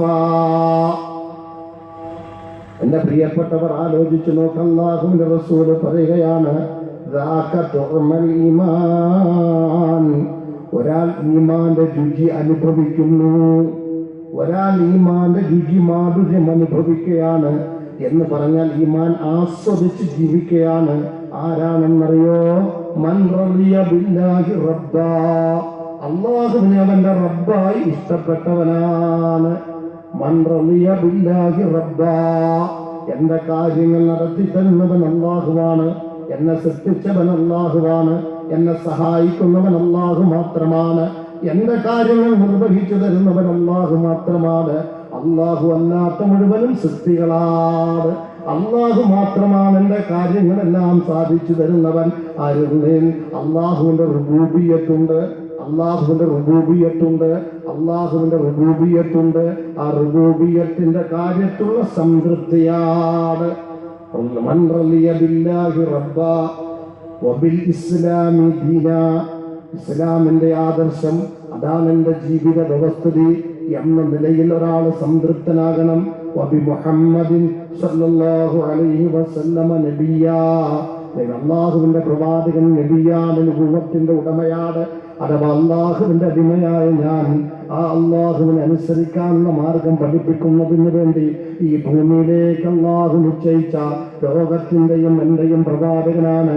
ആ പ്രവാചകൻ പഠിപ്പിച്ച മാർഗത്തിന് വിധേയമായി ഞാൻ ജീവിക്കുമ്പോൾ മാത്രമാണ് അള്ളാഹു എന്ന ഉടമസ്ഥനെ അനുസരിക്കലാകുക, അഥവാ ഇസ്ലാമാകുക. ഞാൻ ഒന്നുകൂടി ഓർമ്മപ്പെടുത്തുകയാണ്, പേരുകൊണ്ട് മുസ്ലിമാകില്ല, പാരമ്പര്യം കൊണ്ട് മുസ്ലിമാകില്ല, പള്ളിക്കമ്മറ്റിയിലോ പള്ളിയിലോ പേരുണ്ടായാൽ മുസ്ലിമാകില്ല, മതസംഘടന തലപ്പത്ത് വന്നത് കൊണ്ട് മുസ്ലിമാകില്ല, പള്ളിപ്പറമ്പിൽ കുഴിച്ചു മൂടിയത് കൊണ്ട് മുസ്ലിമായിരുന്നു എന്ന് പറയാൻ പറ്റൂല, കല്യാണത്തിന് നിക്കാഹ് അറബിയിൽ കൈപിടിച്ചു കൊടുത്ത് സൗവദിക്കുക പറഞ്ഞത് കൊണ്ട് മുസ്ലിമാണെന്ന് പറയാൻ പറ്റൂല. മുസ്ലിമാകണോ അള്ളാഹുവിന്റെ ഉടമസ്ഥത അംഗീകരിക്കണം, അവനോട് പങ്കുചേർക്കാതിരിക്കണം, അവന്റെ അടിമയാണെന്ന തിരിച്ചറിവുണ്ടാകണം. അള്ളാഹുവേ നീ എന്റെ ഉടമസ്ഥനാണ്, ഞാൻ നിന്റെ അടിമയാണ്, അടിമയായ ഞാൻ ഉടമയായ നിന്നെ അനുസരിച്ച് ജീവിക്കേണ്ടവനാണ്. ഞാൻ എങ്ങനെയാണ് അനുസരിക്കേണ്ടത്? ആരെങ്കിലും പറഞ്ഞു കേട്ടാൽ അനുസരിക്കാൻ പറ്റൂല. ഞാൻ എങ്ങനെ അനുസരിക്കണമെന്ന് എന്നെ പഠിപ്പിക്കേണ്ടവൻ നീയാണ്. ആ നീ എന്നെ പഠിപ്പിക്കുന്നതിന് വേണ്ടി എന്നിലേക്ക് നിയോഗിച്ച വഅശ്ഹദു അന്ന മുഹമ്മദൻ റസൂലുള്ളാഹ്, അല്ലാഹുവിന്റെ ദൂതനാണ്, റസൂലു മിനല്ലാഹി ഇലാ ഇബാദിഹി, അല്ലാഹുവിന്റെ അടുക്കൽ നിന്നും അവന്റെ ദാസന്മാരായ മനുഷ്യരിലേക്കുള്ള ദൂതനാണ്, സന്ദേശവാഹകനാണ് മഹാനായ നബി മുഹമ്മദ് മുസ്തഫ. ചെറുപ്പക്കാർക്ക് സൂചിക്കൂല, പക്ഷെ സഹോദരന്മാരെ, ആഖിറമാണ് നമുക്ക് വലുത്, പരലോകമാണ് വലുത്. ഗാംഭീര്യമുള്ള ഒരു പ്രഭാഷണം നടത്താൻ പഠിച്ചു മിണ്ടിച്ച് പറ്റും, അതല്ല നമ്മുടെ പ്രശ്നം. നമ്മൾ ആലോചനാപൂർവ്വം ആയുസ് കുറവാണ്, വളരെ കുറവാണ്. അപ്പൊ അതുകൊണ്ട് നമ്മുടെ ജീവിതത്തിന് അടിസ്ഥാനപരമായ പരിവർത്തനം വേണ്ടത്. ഞാൻ പറഞ്ഞല്ലോ, അള്ളാഹുവിൽ വിശ്വാസമുള്ള നമുക്ക് അല്ലാത്ത മുഴുവനും പേടിയാണ്, അള്ളാഹിനൊരു പേടിയില്ല. അതല്ല വസ്തുത. ചുമ്മാ ഒന്ന് ആലോചിച്ച് നോക്കി. അല്ലാത്ത എന്താ കാരണം? ഈ അള്ളാന്ന് പറഞ്ഞാൽ എന്താണ് നമുക്ക് ധാരണയില്ല, അവൻ എവിടെയാണെന്ന് ധാരണയില്ല, അവനുമായിട്ട് അടുപ്പമില്ല. അള്ളാഹുമായിട്ടുള്ള സാമീപ്യത്തിനനുസരിച്ച് അഥവാ സമീപനത്തിനനുസരിച്ച് അവന്റെ സമീപനം, അങ്ങോട്ടെങ്ങനെ സമീപിക്കും അതൊരു പ്രധാന ഘടകമാണ്. അവന് കൊടുക്കേണ്ട പരിഗണന കൊടുക്കണം, അവൻ അംഗീകരിക്കുകയും അടിമത്തം പേരുകയും അനുസരിക്കുകയും ചെയ്യണം. തോന്നിവാസം ചെയ്തിട്ട് അത് ഇസ്ലാമാണെന്ന് പറയാൻ പാടില്ല. നാട്ടു നടപ്പല്ല ഇസ്ലാം. മഹാനായ നബി മുഹമ്മദ് മുസ്തഫ, അള്ളാഹുവിന്റെ പ്രവാചകൻ മുഹമ്മദ് മുസ്തഫ തങ്ങൾ പഠിപ്പിക്കണം ഇസ്ലാം. പ്രവാചക പുങ്കവനാണ് ദൂതൻ, അല്ലാഹുവിന്റെ റസൂലാണ് ദൂതൻ. അശ്ഹദു അല്ലാ ഇലാഹ ഇല്ലല്ലാഹ്, അല്ലാഹുവിന്റെ ഏകത്വം ഞാൻ അംഗീകരിച്ചു, നിന്റെ അടിമത്തം സ്വീകരിക്കുന്നു. അതാ നിന്റെ അടിമയായ ഞാൻ ഉടമയായ നിന്നെ അനുസരിക്കാനുള്ള മാർഗം ആരെങ്കിലും പറഞ്ഞു തരുന്ന മാർഗമല്ല. അതെന്റെ പാരമ്പര്യം കൊണ്ടോ എന്റെ നാട്ടു നടപ്പുകൊണ്ടോ അല്ലെങ്കിൽ മറ്റാരും കിട്ടുന്ന ശീലം കൊണ്ടോ അല്ല, മറിച്ച് റബ്ബേ നിന്റെ ദൂതനായ നബി മുഹമ്മദ് മുസ്തഫ ആ പ്രവാചക പുങ്കവൻ പഠിപ്പിച്ചതാകണം. അതുകൊണ്ട് എന്റെ പ്രിയപ്പെട്ട സഹോദര, ആചാരങ്ങളുടെ ബാഹുല്യത കൊണ്ട് ആദർശത്തിന്റെ പൂർണ്ണതയായി എന്ന് തെറ്റിദ്ധരിക്കണ്ട. ആചാരങ്ങളുടെ ബാഹുല്യത കൊണ്ട് ആദർശത്തിന്റെ പൂർണ്ണതയായി എന്ന് തെറ്റിദ്ധരിക്കണ്ട. മുഹമ്മദ് മുസ്തഫ തങ്ങളെ പഠിപ്പിച്ച അള്ളാഹുവിന്റെ അടിമത്തത്തിന്റെ അനുസരണം എന്ന നിലയിൽ അള്ളാഹുവിന്റെ റസൂൽ പഠിപ്പിച്ച മാർഗത്തിന്റെ വിധേയമായി ജീവിക്കാൻ സാധ്യമാകുന്നുണ്ടോ എന്ന ആലോചനാപൂർവമുള്ള നിലപാടുകളും പരിവർത്തനങ്ങളുമാണ് വേണ്ടത്. അള്ളാഹു സഹായിക്കും. അതാ വേണ്ടത്, അതാ വേണ്ടത്. ഞാൻ പറയുന്നത് മനസ്സിലാകുന്നില്ലേ? മനസ്സിലാകാത്ത പ്രശ്നം വേണ്ട. ഞാൻ പറഞ്ഞതുകൊണ്ട് ഇപ്പൊ നോക്കിയേ, ചുമ്മാ മുസ്ലിമാണെന്ന് പറഞ്ഞിട്ട് കാര്യമില്ല. പിന്നെന്ത് ചെയ്യണം? അള്ളാഹുവിൽ അടിയുറച്ച വിശ്വാസം ഉണ്ടാവണം. ഞാൻ ഒന്നുകൂടി എന്റെ പ്രിയപ്പെട്ടവരോട് ചോദിക്കാം, നമുക്ക് സത്യത്തിൽ അള്ളാഹുൽ ഈമാൻ ഉണ്ടോ? അള്ളാഹു നമുക്ക് എന്താ അള്ളാഹുവിനെ കുറിച്ച് നമ്മുടെ വിശ്വാസം? അള്ളാഹുവിനെ കുറിച്ച് അള്ളാഹുവിനെ ഉപയോഗപ്പെടുത്താൻ അള്ളാഹുവിനേക്കാൾ വലിയ സ്നേഹമുള്ള ഒരാളുണ്ടോ? ഉണ്ടോ? അള്ളാഹുവിനേക്കാൾ നമ്മെ സ്നേഹിക്കുന്ന മറ്റാരെങ്കിലും ഉണ്ടോ? ഉണ്ടോ? ഉണ്ടോ? അതുപോലും അറിയില്ല. ധാരണയില്ല. ഇല്ല എന്ന് ഉറപ്പിച്ചു പറയാൻ അറിയില്ല. പിന്നെ എന്താ, നമ്മൾ കുറെ ശീലങ്ങൾ ഇങ്ങനെ ചെയ്യാം. ഞാൻ വളരെ എന്റെ കൽബിന്ന് പറയാ, ആമീക്കൽ കൽബ്, നമുക്ക് അത്രേ ഉള്ളൂ. ആ വാങ്കേട്ടുള്ള പള്ളിയിൽ പോണ്ട, എന്നാ പിന്നെ പള്ളിയിൽ പോയേക്കാം. അത് ശീലമായി മാറി. 100 കേട്ട് പള്ളിയിൽ പോണ്ട, എന്നാ പിന്നെ പോയേക്കാം. വെള്ളിയാഴ്ച പള്ളിയിൽ പോണ്ട, പോയേക്കാം. റമദാൻ എല്ലാവരും നോമ്പ് പിടിച്ചേക്കാം. ഞാൻ എന്റെ പ്രിയപ്പെട്ട സഹോദരങ്ങളോട് ചോദിക്കട്ടെ, പരലോകം ഹക്കാണെന്ന് തിരിച്ചറിഞ്ഞുകൊണ്ട്, പാരത്രിക ലോകത്തിന്റെ വിചാരണകളെ ഭയപ്പെട്ടുകൊണ്ട് ഈ ദുനിയാവിൽ കണ്ണുകൊണ്ട് നയനേത്രങ്ങൾ കൊണ്ട് ദർശിക്കുന്നതിനേക്കാൾ പരലോകത്തിന്റെ യാഥാർത്ഥ്യങ്ങൾ അംഗീകരിച്ചുകൊണ്ടുള്ള ജീവിതത്തിന്റെ ക്രമപ്പെടുത്തൽ നമുക്കുണ്ടോ? പറഞ്ഞ ഒരുപാട് വിഷയങ്ങൾ പറയാനുണ്ട്. നമ്മുടെ വിശ്വാസത്തിൽ കാപട്യം കടന്നുകൂടുക, നിഫാഖ് കടന്നുകൂടുക. എന്താ നിഫാഖ് കടന്നുകൂടുക എന്നർത്ഥം? യാഥാർത്ഥ്യത്തോടെ ജീവിക്കാൻ നമുക്ക് സാധ്യമാകുന്നില്ല. അറിഞ്ഞ യാഥാർത്ഥ്യത്തോടെ ജീവിക്കാൻ സാധ്യമാകാതെ കണ്ടെത്തിയ വിശ്വാസത്തോടും ആദർശത്തോടും കാപട്യം പുലർത്തുകയാണ്. ഞാൻ ചോദിച്ചു, ഈ അള്ളാഹുവിനെ ഉപയോഗപ്പെടുത്താൻ ഏറ്റവും അടുത്തുള്ള അള്ളാഹുവിനെ, ഏറ്റവും കഴിവുള്ള അള്ളാഹുവിനെ കഥ പറയാൻ മാത്രമാണോ മഹാനായ പ്രവാചകൻ നബി മുഹമ്മദ് മുസ്തഫ, അള്ളാഹുവിന്റെ പ്രവാചകൻ നബി മുഹമ്മദ് മുസ്തഫ പ്രവാചക പൂങ്കവൻ മക്കയിൽ നിന്നും മദീനയിലേക്ക് പോകുമ്പോൾ ഹിജ്റ നമുക്ക് സുപരിചിതമാണ്. അള്ളാഹുവിന്റെ കൽപ്പന പ്രകാരം പുറപ്പെടുകയാണ്. മനുഷ്യ സഹജമായി ചെയ്യേണ്ട മുഴുവൻ കാര്യങ്ങളും ചെയ്തു. മനുഷ്യ സഹജമായി ചെയ്യേണ്ട മുഴുവൻ ഒരുക്കങ്ങളും നടത്തി. അതെല്ലാം അള്ളാഹനെ ഏൽപ്പിക്കണമെന്നല്ല, മനുഷ്യ സാധ്യമായ മുഴുവനും നാം ചെയ്യണം. ഒട്ടകത്തെ കെട്ടാതെ പ്രാർത്ഥിച്ചിട്ട് കാര്യമില്ല, ബ്രേക്കില്ലാത്ത വാഹനത്തിൽ സഞ്ചരിച്ചിട്ട് പ്രാർത്ഥിച്ചിട്ട് കാര്യമില്ല, പെട്രോൾ ഒഴിക്കാത്ത വാഹനത്തിൽ കയറി നിന്ന് പ്രാർത്ഥിച്ചിട്ടും കാര്യമില്ല. മനുഷ്യൻ ചെയ്യേണ്ടത് മുഴുവനും ചെയ്യണം. അതല്ലാഹുവിന്റെ കൽപ്പനയാണ്, അതല്ലാഹു ഏൽപ്പിച്ച പ്രകൃതിയാണ്. മനുഷ്യൻ ചെയ്യേണ്ടത് ചെയ്തിട്ട് അതിന്റെ പരിമിതിയുണ്ടല്ലോ, അതല്ലാഹുവിനോട് പ്രാർത്ഥിക്കണം. മക്കയിൽ നിന്ന് മദീനയിലേക്ക് പ്രവാചകനും അബൂബക്കർ സിദ്ദീഖ് റളിയല്ലാഹു അൻഹു പോവുകയാണ്, ഹിജ്റ പോവുകയാണ്. പോകുമ്പോൾ വേണ്ട ക്രമീകരണം മുഴുവനും ഒരുക്കി. ഭക്ഷണം കൊണ്ടുവരാൻ ആൾ ഏർപ്പാട് ചെയ്തു. യാത്രയിൽ സഞ്ചരിച്ച ഭക്ഷണവുമായി വരുന്നവരുടെ സഞ്ചാരത്തിന്റെ അടയാളങ്ങൾ മാച്ചുകളയും എന്റെ തൊഴിലാളിയെ ക്രമീകരിച്ചു. എല്ലാം ചെയ്തു. നാടിന്റെ ചർച്ചകൾ, നാട് വിട്ടതിനു ശേഷമുള്ള ചടങ്ങുകൾ അറിയാനും ക്രമീകരണം ഏർപ്പെടുത്തി. ഇതെല്ലാം ചെയ്ത് സഞ്ചാരമധ്യേ ഗുഹയിലിരിക്കുമ്പോൾ ശത്രുക്കൾ ഇങ്ങനെ പരതുകയാണ്. ഈ സന്ദർഭത്തിൽ ഗുഹയ്ക്കകത്ത് പ്രവാചകന്റെ മടിയിൽ തലവെച്ച്, അബൂബക്കർ സിദ്ദീഖ് റളിയല്ലാഹു അൻഹു മടിയിൽ തലവെച്ച് കിടക്കുന്ന പ്രവാചകനോട് അബൂബക്കർ സിദ്ദീഖ് പറയുന്നു, യാ റസൂലല്ലാഹ്, ഏതൊരു ശത്രുവിൽ നിന്നാണ് നാം ഒരുങ്ങി പുറപ്പെട്ടത്? ആ ശത്രു നമ്മുടെ ഗുഹാമുഖത്തിന്റെ പരിസരത്തുണ്ട്. പ്രവാചകരെ, എന്ത് ചെയ്യാൻ നബിയെ എന്ന് ചോദിച്ചപ്പോൾ അല്ലാഹുവിന്റെ പ്രവാചകൻ പറഞ്ഞ മറുപടി എന്താണെന്ന് അറിയോ? ലാ തഹ്സൻ ഇന്നല്ലാഹു മഅനാ. പരിശുദ്ധമായ ഖുർആനാണ്. അബൂബക്കറെ, വ്യാകുലപ്പെടുന്ന, വിഷമിക്കുന്ന, ദുഃഖിതനാകണ്ട, അല്ലാഹു നമ്മോടൊപ്പമുണ്ട്. നാം ചെയ്യേണ്ട ക്രമീകരണം മുഴുവനും ചെയ്തിട്ടുണ്ട്. ഞാൻ പറയുന്നത് വ്യായാമം ചെയ്യണോ? വ്യായാമം ചെയ്യണം. കായിക ശേഷി വേണോ? കായിക ശേഷി വേണം. അങ്ങനെ എന്തെല്ലാം ഒരുക്കങ്ങൾ വേണോ? മുഴുവൻ ഒരുക്കങ്ങൾ നമുക്ക് വേണം.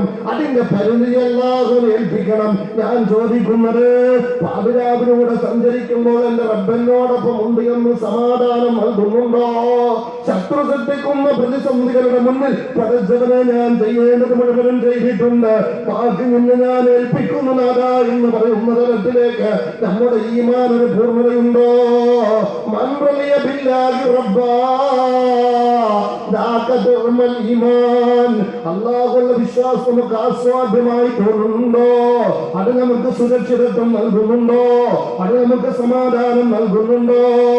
എന്റെ കാര്യങ്ങൾ മുഴുവനും എനിക്ക് ഏൽപ്പിക്കാൻ പര്യാപ്തനായ, എന്റെ കാര്യങ്ങൾ മുഴുവനും പറയാൻ എനിക്ക് പൂർണ്ണനായ, എന്റെ പ്രശ്നങ്ങൾ മുഴുവനും പരിഹരിക്കാൻ അധികാരമുള്ള സർവ്വതിന്റെയും ഉടമസ്ഥനായ രാജാതിരാജനായ എന്നോട് ഏറ്റവും സമീപസ്ഥനായ എന്നോട് ഏറ്റവും പ്രിയമുള്ളവനായ ആ റബ്ബിനെയാണ് ഞാൻ കാര്യങ്ങൾ ഏൽപ്പിച്ചത്.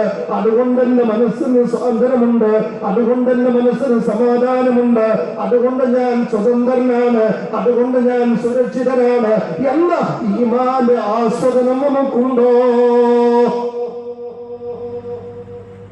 പറഞ്ഞാലേ കൊള്ളാവുന്ന ഒരാള് കൂടെ എണ്ണി കിട്ടേണ്ട ഒരു സമാധാനം ഉണ്ടല്ലോ.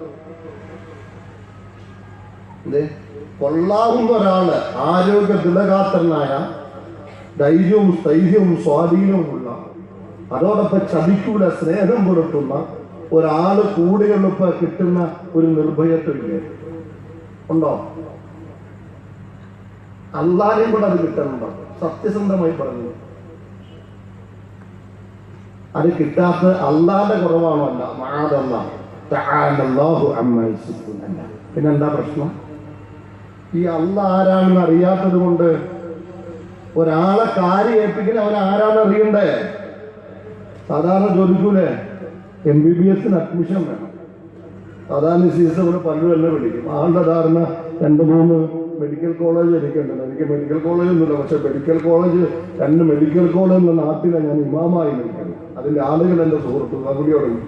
അപ്പൊ ചിലർക്ക് ആരെയാണ് ഏൽപ്പിച്ചേ? അവിടെ അസ്രഫൂലിനെ ഏൽപ്പിച്ചേ. ഉണ്ട് ഒപ്പരും അവിടെ ഇങ്ങനെയൊക്കെ പോണ ആളാണല്ലോ, ബന്ധമുണ്ടല്ലോ. ഓ ശരി, എന്നാൽ ചിലപ്പോൾ കിട്ടും. എന്താ അർത്ഥം? ഇനി ഒരാൾ ആരെ ഏൽപ്പിച്ച ഇന്നയാള് വല്ലതും നടക്കുമോ? അവനെ ഏൽപ്പിച്ചുകൂടെ നടന്നിട്ടുണ്ടോ? എന്താ അർത്ഥം? ഒരാളെ കുറിച്ചുള്ള നമ്മുടെ പഠനവും ധാരണയും അറിവും അതാണ് വിശ്വാസത്തിലേക്ക്, യഖീനിലേക്ക്, തവക്കുലിലേക്ക് നിൽക്കുക. അവനെ വിശ്വസിക്കാം, അവൻ പറഞ്ഞ ഉറപ്പിക്കാം, അവനെ കാര്യങ്ങൾ ഏൽപ്പിക്കാം. ഞാൻ അതാ പറഞ്ഞത്, ഇത് 1 ദിവസം 2 ദിവസം 3 ദിവസം വരെ തീരുന്ന പ്രശ്നമല്ല. അള്ളാഹു എന്ന സഹോദരിമാർ വിചാരിക്കുന്നത് എന്താണ്? നിങ്ങൾക്ക് വേണ്ടി പ്രത്യേകിച്ച് ഖുർആനൊന്നും ഇറങ്ങിയിട്ടില്ല. ഇത് നമ്മുടെ വിശ്വാസം ശരിപ്പെടുത്താനും നമ്മുടെ ദീൻ ശരിപ്പെടുത്താനോ ഞങ്ങൾക്ക് വേണ്ടി ഒന്നും പറഞ്ഞില്ല എന്ന് വിചാരിക്കും വേണ്ട. ആഖിറത്തിൽ ഹിസാബ് ഒറ്റ ഖുർആൻ വെച്ചായിരിക്കും. പെണ്ണുങ്ങൾ അങ്ങനെ മാറ്റി നിർത്താം. പെണ്ണുങ്ങൾ കഥ കേൾക്കേണ്ടവരാ. യൂസുഫ് നബിയുടെ കഥ, ആസൂറ ബീവിയുടെ കഥ, അങ്ങനെ ചില കഥ കേൾക്കാൻ മാത്രം വിധിക്കപ്പെട്ടവരാണ് എന്ന് പറഞ്ഞ് ഈ ഉമ്മത്തിൽ അർദ്ധഭാഗമായ സഹോദരന്മാരുടെ ഈമാനും മറയിടുന്ന പ്രവണത നമുക്ക് അനുവദിക്കാൻ പറ്റില്ല. ഞാൻ പറഞ്ഞു വന്നത്, അപ്പൊ നമുക്ക് ഒരാളെ നമുക്ക് ഒന്ന് വിശ്വസിക്കണം, ഒന്നവൻ എന്തെങ്കിലും ഏൽപ്പിച്ചാൽ നടക്കും എന്ന ഒരു ഉറപ്പുണ്ടാകണം. 3 കാര്യങ്ങൾ ഏൽപ്പിക്കാൻ പ്രാപ്തനാകണം. ഈമാൻ, യഖീൻ, തവക്കുൽ. ഈ 3 കാര്യത്തിലും ഒരു മിനിമം യോഗ്യത നമ്മൾ നിശ്ചയിക്കാറുണ്ട്. അള്ളാഹുവിന് എന്തുകൊണ്ടാണ് തവക്കുലാക്കുന്നില്ല? അള്ളാഹുവിന്റെ കാര്യത്തിൽ കൊണ്ട് യഖീനില്ല. അള്ളാഹുവിന്റെ കാര്യത്തിൽ എന്തുകൊണ്ട് ഈമാൻ ഇല്ലാത്തത് കൊണ്ട് യഖീനില്ല. യഖീനിൽ ഉറപ്പില്ലാത്തത് കൊണ്ട് തവക്കുലില്ല. ഒന്നും ഏൽപ്പിക്കാൻ പറ്റില്ല. വിശ്വാസമില്ലാത്തത് കൊണ്ട്, അറിവില്ലാത്തതുകൊണ്ട് വിശ്വാസമില്ല.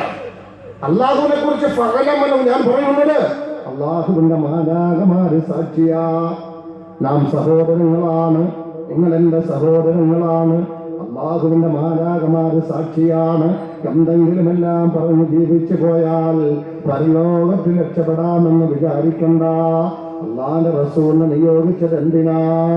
23 വർഷത്തിന്റെ കഠിനാധ്വാനം കൊണ്ട് ഈ ദീനുൽ ഇസ്ലാമിനെ പ്രവാചകൻ പൂർണ്ണമാക്കി തന്നത് എന്തിനാ? നമ്മുടെ എല്ലാം ആഖിറത്തിന്റെ രക്ഷയ്ക്ക് വേണ്ടിയാണ്. അള്ളാഹുവിനെ പരിചയപ്പെടുത്തുന്നതിനാണ്, അള്ളാഹുവിനെ അറിയുന്നതിനാണ്. അതുകൊണ്ടാണ് ഖുർആൻ പറയുന്നത്, ഫഅലം അന്നഹു ലാ ഇലാഹ ഇല്ലല്ലാഹ്, ലാ ഇലാഹ ഇല്ലല്ലാഹ്. അള്ളാഹു മാത്രമാണ് ഇലാഹെന്ന, അള്ളാഹു അല്ലാതെ ഇലാഹില്ല എന്ന സത്യം നീ അറിയണം. നീ അറിയണം, കാര്യകാരണ സഹിതം നീ അറിയണം. ആരെങ്കിലും പറഞ്ഞു കേൾക്കുന്നതല്ല, നിനക്കത് ബോധ്യം വരണം. അത് ബോധ്യം വരുമ്പോൾ മാത്രമാണ് വിശ്വസിക്കാൻ കഴിയുക. ബോധ്യമില്ലാത്തത് ഈമാനില്ല. ഈമാൻ ഉണ്ടെങ്കിൽ മാത്രമാണ് അവൻ പറഞ്ഞ കാര്യങ്ങൾ നമുക്ക് യഖീൻ ഉണ്ടാകുക. യഖീൻ ഉണ്ടെങ്കിൽ മാത്രമാണ് അവനെ നമുക്ക് കാര്യങ്ങൾ ഏൽപ്പിക്കാൻ സാധ്യമാകുക. അങ്ങനെ കാര്യങ്ങൾ ഏൽപ്പിക്കുമ്പോൾ യൗവന്നക്കും തതവക്കലൂന അലല്ലാഹി ഹഖ്ഖ തവക്കുൽ ലറസഖകും കമാ യർസഖു തുയൂർ തഗ്ദു ഖിമാസം വതറൂഹു ബിതാനാ. ഞാൻ ചോദിക്കട്ടെ, ഞാൻ ആവർത്തിക്കാം, ഇത് കാരണം ഇത് അടിസ്ഥാനം, ദീനുൽ ഇസ്ലാമിന്റെ അടിസ്ഥാനം ഇല്ല. അള്ളാഹുവിനെ കൂടുതൽ കിടക്കുക. ഞാൻ പിന്നെ അതിലേക്ക് കൂടുതൽ കിടക്കാത്ത സമയക്കുറവ് മുഖേന എൻ്റെ സഹോദരങ്ങൾ ആലോചിക്കൊക്കെ ഈ അള്ളാഹു എന്തുകൊണ്ട് നമുക്ക് ഉപയോഗപ്പെടുന്നില്ല? നമുക്ക് എന്തുകൊണ്ട് നിർഭയത്വം തരുന്നില്ല? എന്താ കാരണം? അത് ചെറിയ കാര്യമല്ല. നമുക്ക് ഈ അള്ളാഹു കാപട്യമാണ്. നമ്മൾ 3 അടയാളം പറഞ്ഞ മാത്രമല്ല കാപട്യം. പരിശുദ്ധമായ ഖുർആനിൽ നിന്ന് നിഫാഖിന്റെ ലക്ഷണങ്ങൾ പഠിച്ചു നോക്കുക. നമുക്ക് അള്ളാഹുവിന് ഉറപ്പില്ലെങ്കിൽ പരലോകത്ത് രക്ഷപ്പെടൂല. അള്ളാഹു ഹിദായത്ത് നൽകട്ടെ. അതുകൊണ്ട് പഠിക്കണം. ഞാനിപ്പോ അതിലേക്ക് പോകുന്നില്ല. പറഞ്ഞത് അള്ളാഹുവിൻ എന്റെ ഉടമസ്ഥനാണ്, ഞാൻ അള്ളാഹുവിന്റെ അടിമയാണ്. അള്ളാഹുവിന്റെ അടിമയായ ഞാൻ അള്ളാഹുവിന്റെ പ്രവാചകൻ പഠിപ്പിച്ച മാർഗത്തിന് വിധേയമായി, എന്നിലേക്ക് നിയോഗിക്കപ്പെട്ട ദൂതനായ പ്രവാചകൻ പഠിപ്പിച്ച മാർഗത്തിന് വിധേയമായി ജീവിക്കുമ്പോൾ എന്റെ ജീവിതം ഇസ്ലാമികമായി ഞാനൊരു മുസ്ലിമായി. മുസ്ലിം എന്ന പദത്തിന്റെ അർത്ഥം എന്താ? അള്ളാഹുവിനെ അനുസരിക്കുന്നവനാ. അള്ളാഹുവിനെ അനുസരിക്കുന്നവനെന്നാ മുസ്ലിം എന്ന പദത്തിന്റെ അർത്ഥം. ഞാൻ പറയുന്നത് അതുകൊണ്ട് പ്രവാചകൻ പഠിപ്പിച്ച മാർഗം, അള്ളാഹുവിന്റെ റസൂല് പഠിപ്പിച്ച മാർഗം, ആ മാർഗത്തിന് വിജയമായി ജീവിക്കാൻ എന്റെ പ്രിയപ്പെട്ടവരെ നമുക്ക് സാധ്യമാകണം. നമുക്കതിന് സാധ്യമാകണം. അതിന് ഞാൻ പറയുന്നത് മതപ്രഭാഷത്തിന്റെ സമ്പാദത്തിന് വേണ്ടിയല്ല, മതപ്രസംഗത്തിന്റെ ആസ്വദനത്തിന് വേണ്ടിയല്ല. എന്റെ സമൂഹം, എന്റെ സഹോദരങ്ങൾ ആലോചിക്കുന്നതിന് വേണ്ടിയാണ്. എന്താണോ പ്രവാചകൻ ഒരു തലമുറയ്ക്ക് പഠിപ്പിച്ചു കൊടുത്തത്, എന്താണ് ഒരു തലമുറയെ നന്നാക്കാൻ വേണ്ടി പ്രവാചകൻ അവലംബിച്ചത്, ഏതിലൂടെയാണോ ആദ്യകാല സമൂഹം നന്നായത്? അറബികൾ നാം ചീത്ത പറയുന്ന മദ്യപാനികളാണ്, ചൂടാട്ടക്കാരാണ്, ആഭാസന്മാരാണ്, വശവന്മാരും കൊലപാതകരുമാണ്, തിന്മയുടെ ആളുകളാണ്.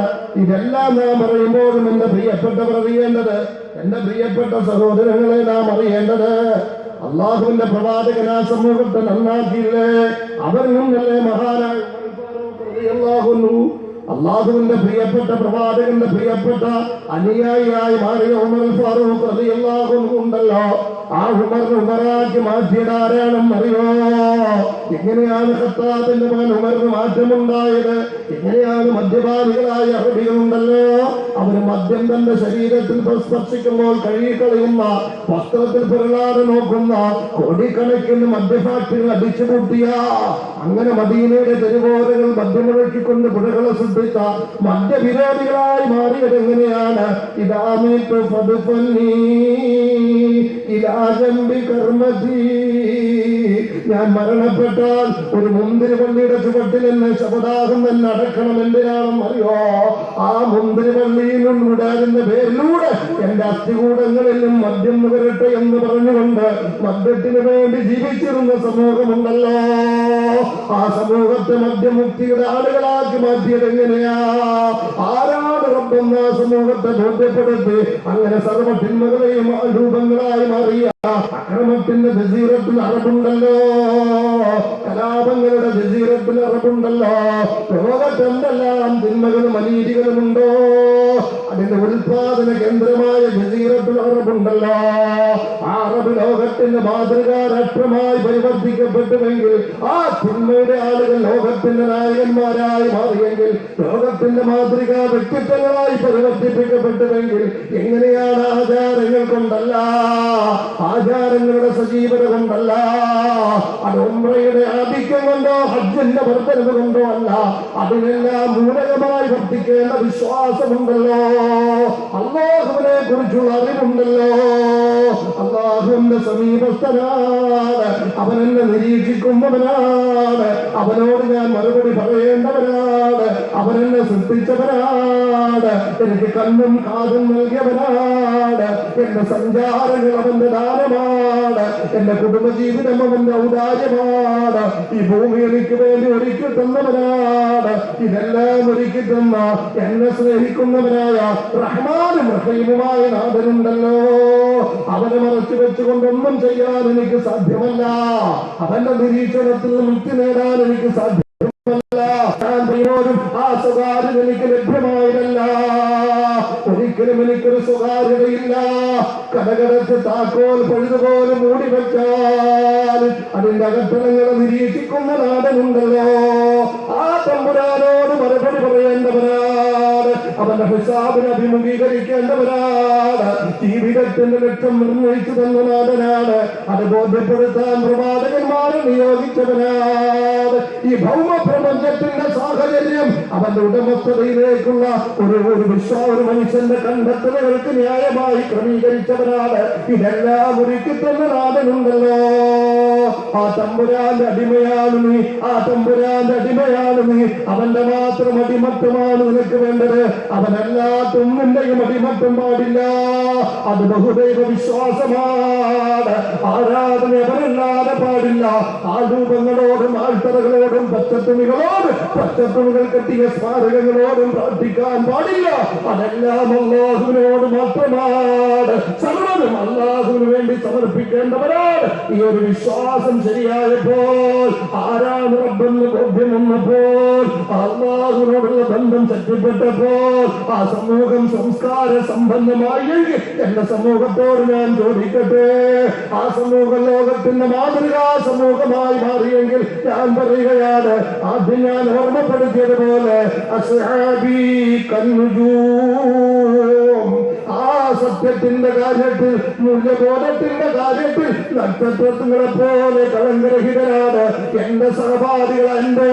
എന്റെ സഖാക്കളായ എന്റെ സഹാബത്തെന്ന് പ്രവാചകൻ പറയുന്നുവെങ്കിൽ അവരാരായിരുന്നുവെന്നറിയോ?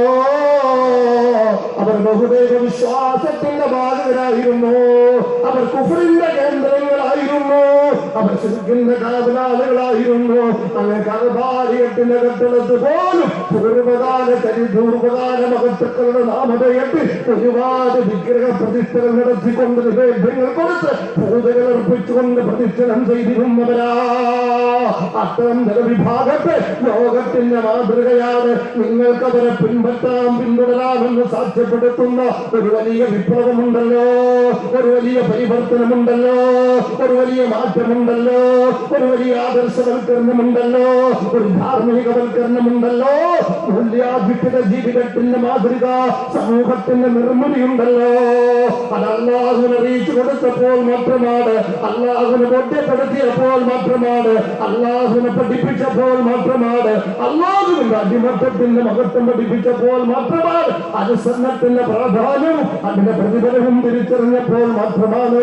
എന്തേ പ്രിയപ്പെട്ട സഹോദരാ, പദപ്രഭാഷണങ്ങൾക്ക് ക്ഷാമമുണ്ടോ? ഒരു ദിവസം നിങ്ങൾ ആലോചിക്കണം.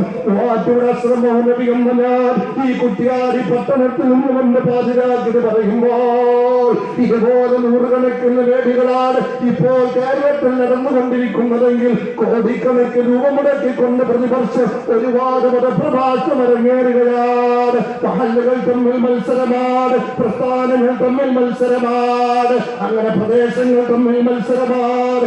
എല്ലാ മതപ്രസംഗത്തിന് വേണ്ടിയാണ്. എന്റെ സമുദായത്തിന് പരിവർത്തനമില്ലാത്ത, എന്റെ മൂല്യബോധമുള്ള തലമുറ നിർമ്മിക്കപ്പെടാത്ത, എന്റെ നന്മയുടെ പുതിയ തലമുറയ്ക്ക് സാക്ഷ്യപ്പെടുത്താൻ കഴിയാത്ത, അല്ലാഹുവിനെ അറിയുന്നില്ല, അല്ലാഹുവിനെ പറയുന്നില്ല, അല്ലാഹുവിനെ കുറിച്ച് പഠിക്കുന്നില്ല, അല്ലാഹുവിനെ കുറിച്ച് ചിന്തിക്കുന്നില്ല. അതുകൊണ്ട് തന്നെ അനുസരണം സാധ്യമല്ല. ഞാൻ ആരെയാണോ അനുസരിക്കേണ്ടത് അവനറിയാത്തിടത്തോളം, അവനോടുള്ള ബന്ധം ബോധ്യപ്പെടാത്തിടത്തോളം, അവനോടുള്ള കടപ്പാടുകൾ തിരിച്ചറിയാത്തിടത്തോളം ഞാൻ എങ്ങനെ അനുസരിക്കാനാ? ആചാരങ്ങൾ സജീവമാകുമ്പോൾ ആത്മാർത്ഥമായ അകത്തളങ്ങളിൽ നിന്നും നിർഗളിക്കുന്ന ആദർശത്തിന്റെ ഭാഗമായ, ഉത്തരവാദിത്വ നിർവഹണത്തിന്റെ ഭാഗമായ, അടിമത്ത ബോധ്യത്തിന്റെ ഭാഗമായ അനുസരണം നമ്മിൽ നിന്നും സംഭവിക്കണം. ഈ മജ്‌ലിസിന് വേണ്ടി എന്റെ ചെലവുമായി ബന്ധപ്പെട്ട ഒരു ബക്കറ്റ് പിരിവുണ്ട് ഇൻഷാ അല്ലാഹ്. ബക്കറ്റ് പിരിവ് നേരിലോ വരുന്നുണ്ട് ഇൻഷാ അല്ലാഹ്. എല്ലാ സഹോദരി സഹോദരങ്ങളും ഞാൻ ആദ്യം പറഞ്ഞതുപോലെ നിങ്ങൾ ഒരിക്കലും ഒരു മുഖത്തിലൂടെയും ഇതിനെ കാണണ്ട. അള്ളാഹു സാക്ഷിയാണ്. അവന്റെ മാലാഖമാർ നമുക്ക് നാളെ സാക്ഷിയാകട്ടെ.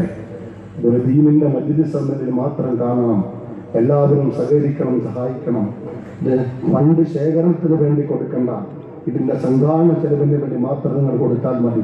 അള്ളാഹു സ്വീകരിക്കുമാറാകട്ടെ. അതുകൊണ്ട് ഞാൻ പറഞ്ഞത്, ഇസ്ലാമിക ജീവിതം എന്ന് പറയുമ്പോൾ, ഇസ്ലാം എന്ന് പറഞ്ഞാൽ അനുസരണത്തിന്റെ മാർഗമാണെങ്കിൽ, അനുസരിക്കേണ്ടത് അള്ളാഹുവിനെയാണെങ്കിൽ, അള്ളാഹുവിനെ അറിയാത്തിടത്തോളം നമ്മുടെ മക്കൾക്ക് പഠിപ്പിച്ചു കൊടുക്കാത്തിടത്തോളം 1000 വട്ടം നമ്മുടെ മക്കളോട് മോനെ നീ ഫർള് നമസ്കരിക്കണമെന്ന് പറഞ്ഞാൽ, നീ റമദാനിൽ നോമ്പ് പിടിക്കണമെന്ന് പറഞ്ഞാൽ, പെൺമക്കളോട് തലമറക്കണം ശരീരമടക്കണമെന്ന് പറഞ്ഞാൽ, ഭാര്യയോട് മാന്യമായി വസ്ത്രം ധരിക്കണമെന്ന് പറഞ്ഞാൽ, നാം പറഞ്ഞാൽ അവിടെ ചെയ്യാത്തതെന്താണെന്നറിയോ? ആർക്ക് വേണ്ടിയാണെന്ന് ബോധ്യമില്ല. അള്ളാഹുവിന് വേണ്ടി ചെയ്യേണ്ടതിന്റെ ആവശ്യകത ബോധ്യമില്ല. അള്ളാഹുവിനെ കുറിച്ച് ചർച്ചയില്ല. അതുകൊണ്ട് ഞാൻ പറയുകയാണ്, അത് പഠിപ്പിക്കാൻ വേണ്ടി വന്ന നബി മുഹമ്മദ് മുസ്തഫ ആ പ്രവാചകൻ പഠിപ്പിച്ച മാർഗമുണ്ട്. തറക്കു ഫീക്കും അംറൈൻ ലം തദില്ലൂ മാ തമസ്സകതും ബിഹിമാ. കുറ്റ്യാദിക്കാർക്കും നാദാവൃത്തുകാർക്കും ഹദീസ് പറയേണ്ടതില്ല. സംവാദങ്ങളിലൂടെ മനഃപ്പാഠമാക്കിയ വചനമാണ്. അള്ളാഹുവിന്റെ പ്രവാചകൻ പറയുകയാണ്, ഞാനാണ് നിങ്ങൾക്ക് അനുസരണത്തിന്റെ മാർഗം പഠിപ്പിക്കേണ്ടത്. ഞാനിതാ പറയുന്നു, ഒന്ന് കിതാബുണ്ടോ, അള്ളാഹുവിന്റെ ഗ്രന്ഥമാണ്, അത് പരിശുദ്ധമായ ഖുർആനാണ്. ഞാൻ എന്റെ സമൂഹത്തോട് ചോദിക്കുന്നു, ഞാൻ അവസാനിപ്പിക്കാൻ പോവുകയാണ്. അള്ളാഹുവിന്റെ ഗ്രന്ഥമുണ്ടല്ലോ, പരിശുദ്ധമായ ഖുർആൻ, അത് നമ്മുടെ ഇമാമാണെന്ന ധാരണ നമുക്ക് വേണം. അത് നമ്മുടെ ഇമാമാണ്. തെറ്റുപറ്റാത്ത ഇമാമുണ്ടല്ലോ, അമാനുഷികമായ ഇമാമുണ്ടല്ലോ, അള്ളാഹു നിശ്ചയിച്ചിരുന്ന ഇമാമുണ്ടല്ലോ. 16 കൊല്ലമായി ഞാനൊരു മഹലിന്റെ ഇമാമാണ്. എന്റെ മഹലിലൊരാൾ മരണപ്പെട്ട് മയ്യത്ത് ഖബറിൽ വെച്ച് കഴിയുമ്പോൾ മാലാഖമാര് വന്ന് ചോദിക്കുന്നു. ആ ചോദ്യം നമുക്ക് ബോധ്യമുണ്ടല്ലോ. മൻ റബ്ബുക്കാരാണ് നിന്റെ റബ്ബെന്ന് ചോദിക്കുന്നു. അങ്ങനെ ചോദ്യങ്ങൾക്കിടയിൽ ഒരു ചോദ്യമുണ്ട്, വമാ ഇമാമുക്കാരാണ് നിന്റെ ഇമാമെന്നറിയോ? ഇത് ഓരോരുത്തരോടും ചോദിക്കുന്ന ചോദ്യമാണ്. ആരാണ് നിന്റെ ഇമാമെന്നറിയോ? അവിടെ പറയേണ്ട മറുപടി, മഹല്ലിന്റെ ഇമാമിന്റെ പേരല്ല, നാട്ടിൽ ജീവിച്ച ഏതെങ്കിലും പണ്ഡിതന്റെ പേരല്ല, ഏതെങ്കിലും ഔലിയാന്റെ പേരല്ല, ഏതെങ്കിലും ഖുതുബുസ്സമാന്റെ പേരല്ല. അവിടെ പറയേണ്ട പേര് വൽ ഖുർആൻ ഇമാമി, ഖുർആനാണ് എന്റെ ഇമാം, ഖുർആനാണ് എന്റെ ഇമാം. അത് പറയാൻ നമുക്ക് സാധ്യമാകണം. എന്തേ സഹോദരാ, അള്ളാഹു റബ്ബല്ലാത്തവന് അള്ളാഹുവാണ് റബ്ബെന്ന് പറയാൻ സാധ്യമല്ല. പ്രവാചകൻ നേതാവാകാത്തവന് അള്ളാഹുവിന്റെ റസൂലിനെ കുറിച്ച് പറയാനും സാധ്യമല്ല. വൽ മുസ്ലിമൂൻ ഇഖ്വാനി, മുസ്ലിങ്ങളോട് സാഹോദര്യം പുലർത്താത്തവന് മുസ്ലിങ്ങൾ എന്റെ സഹോദരനാണെന്ന് പറയാനും സാധ്യമല്ല. പരിശുദ്ധമായ കഅബയെ ഖിബ്ലയായി അംഗീകരിച്ച് അതനുസരിച്ച് ജീവിക്കാത്തവന് കഅബയാണ് എന്റെ ഖിബ്ലയെന്ന് പറയാനും സാധ്യമല്ല. എന്നതുപോലെ വൽ ഖുർആൻ ഇമാമി, ഖുർആനാണ് എന്റെ ഇമാം എന്ന് പറയാൻ കഴിയണമെങ്കിൽ ആ ഖുർആൻ ഇമാമാകണം സഹോദരാ. ആകണ്ടേ? ആകണം. ഞാൻ പറഞ്ഞൊരു ദ്വയാർത്ഥമില്ലാത്ത സ്ട്രൈറ്റ് വ്യൂ, ഒരു ദ്വയാർത്ഥമില്ല. ഇത് നിങ്ങൾ ആലോചിച്ചോ. ഞാനങ്ങ് പോവും, ഞാനൊന്ന് മരിക്കും, നിങ്ങൾ ജീവിക്കും, ഓരോരുത്തരും മരിക്കും, ജീവിക്കും. പക്ഷെ ഈ ചോദ്യം നമുക്ക് ഉറപ്പാണല്ലോ, അല്ലേ? ഞാൻ ചോദിക്കുന്നത്, ഞാൻ ആദ്യം പറഞ്ഞല്ലോ, പ്രവാചകൻ പഠിപ്പിച്ച ഈ നിയമമനുസരിച്ച് ജീവിക്കുന്ന ഒരാളാണ് സംസ്കാര സമ്പന്നൻ. ഞാൻ ആമുഖമായി പറഞ്ഞു, സംസ്കാര സമ്പന്നമായ, അനുസരണയുള്ള, അച്ചടക്കമുള്ള, ഭദ്രമായ ഒരു വലിയ വ്യക്തിപരവും കുടുംബപരവും സാമൂഹ്യമായ ഒരു സാമൂഹ്യ സ്ഥിതിക്കും ഒരു നിലപാടിനും ഒരു നിലവാരത്തിനും നിയമമനുസരിച്ച് ജീവിക്കുന്ന സമൂഹമാണ് വേണ്ടത്. ആ നിയമം ആരുടേതാകണം? ആരാണ് തന്നെ സൃഷ്ടിച്ചത്? ഉൽപാദകന്റെ നിയമം, അവന്റെ കൽപ്പന, അവൻ നൽകുന്ന ഡയറക്ഷൻസ്, അത് ഉപയോഗത്തിൽ വിനിയോഗിക്കണം. ആലോചിച്ചൊക്കെ ഈ മൈക്കിനെ കുറിച്ച്, ഇതിന്റെ ഉപയോഗത്തെ സംബന്ധിച്ച്, ഇതിന്റെ ഭാവിയെ സംബന്ധിച്ച് കൃത്യമായി പറയേണ്ടത് കാശ് കൊടുത്തു വാങ്ങിയ ഓപ്പറേറ്റർ അല്ല, മറിച്ച് ആരാണ്? നിർമ്മാതാവാണ്.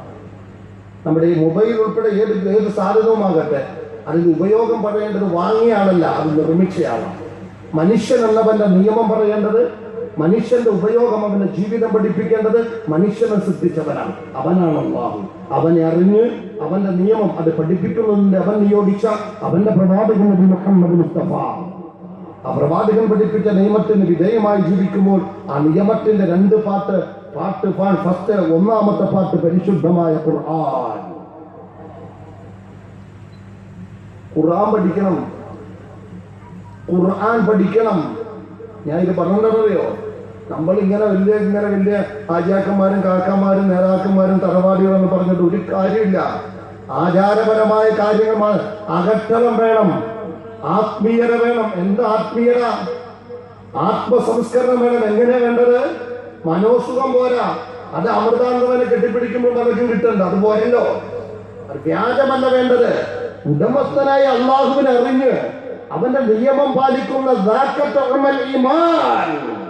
ഈമാന്റെ മാധുര്യം ആസ്വദിച്ചും അനുഭവിച്ചും സന്തോഷത്തോടെ സമർപ്പണ ബോധത്തോടെ ജീവിക്കാൻ പര്യാപ്തമായ ഒരു വ്യക്തിത്വം വേണമെങ്കിൽ എന്താ വേണ്ടത്?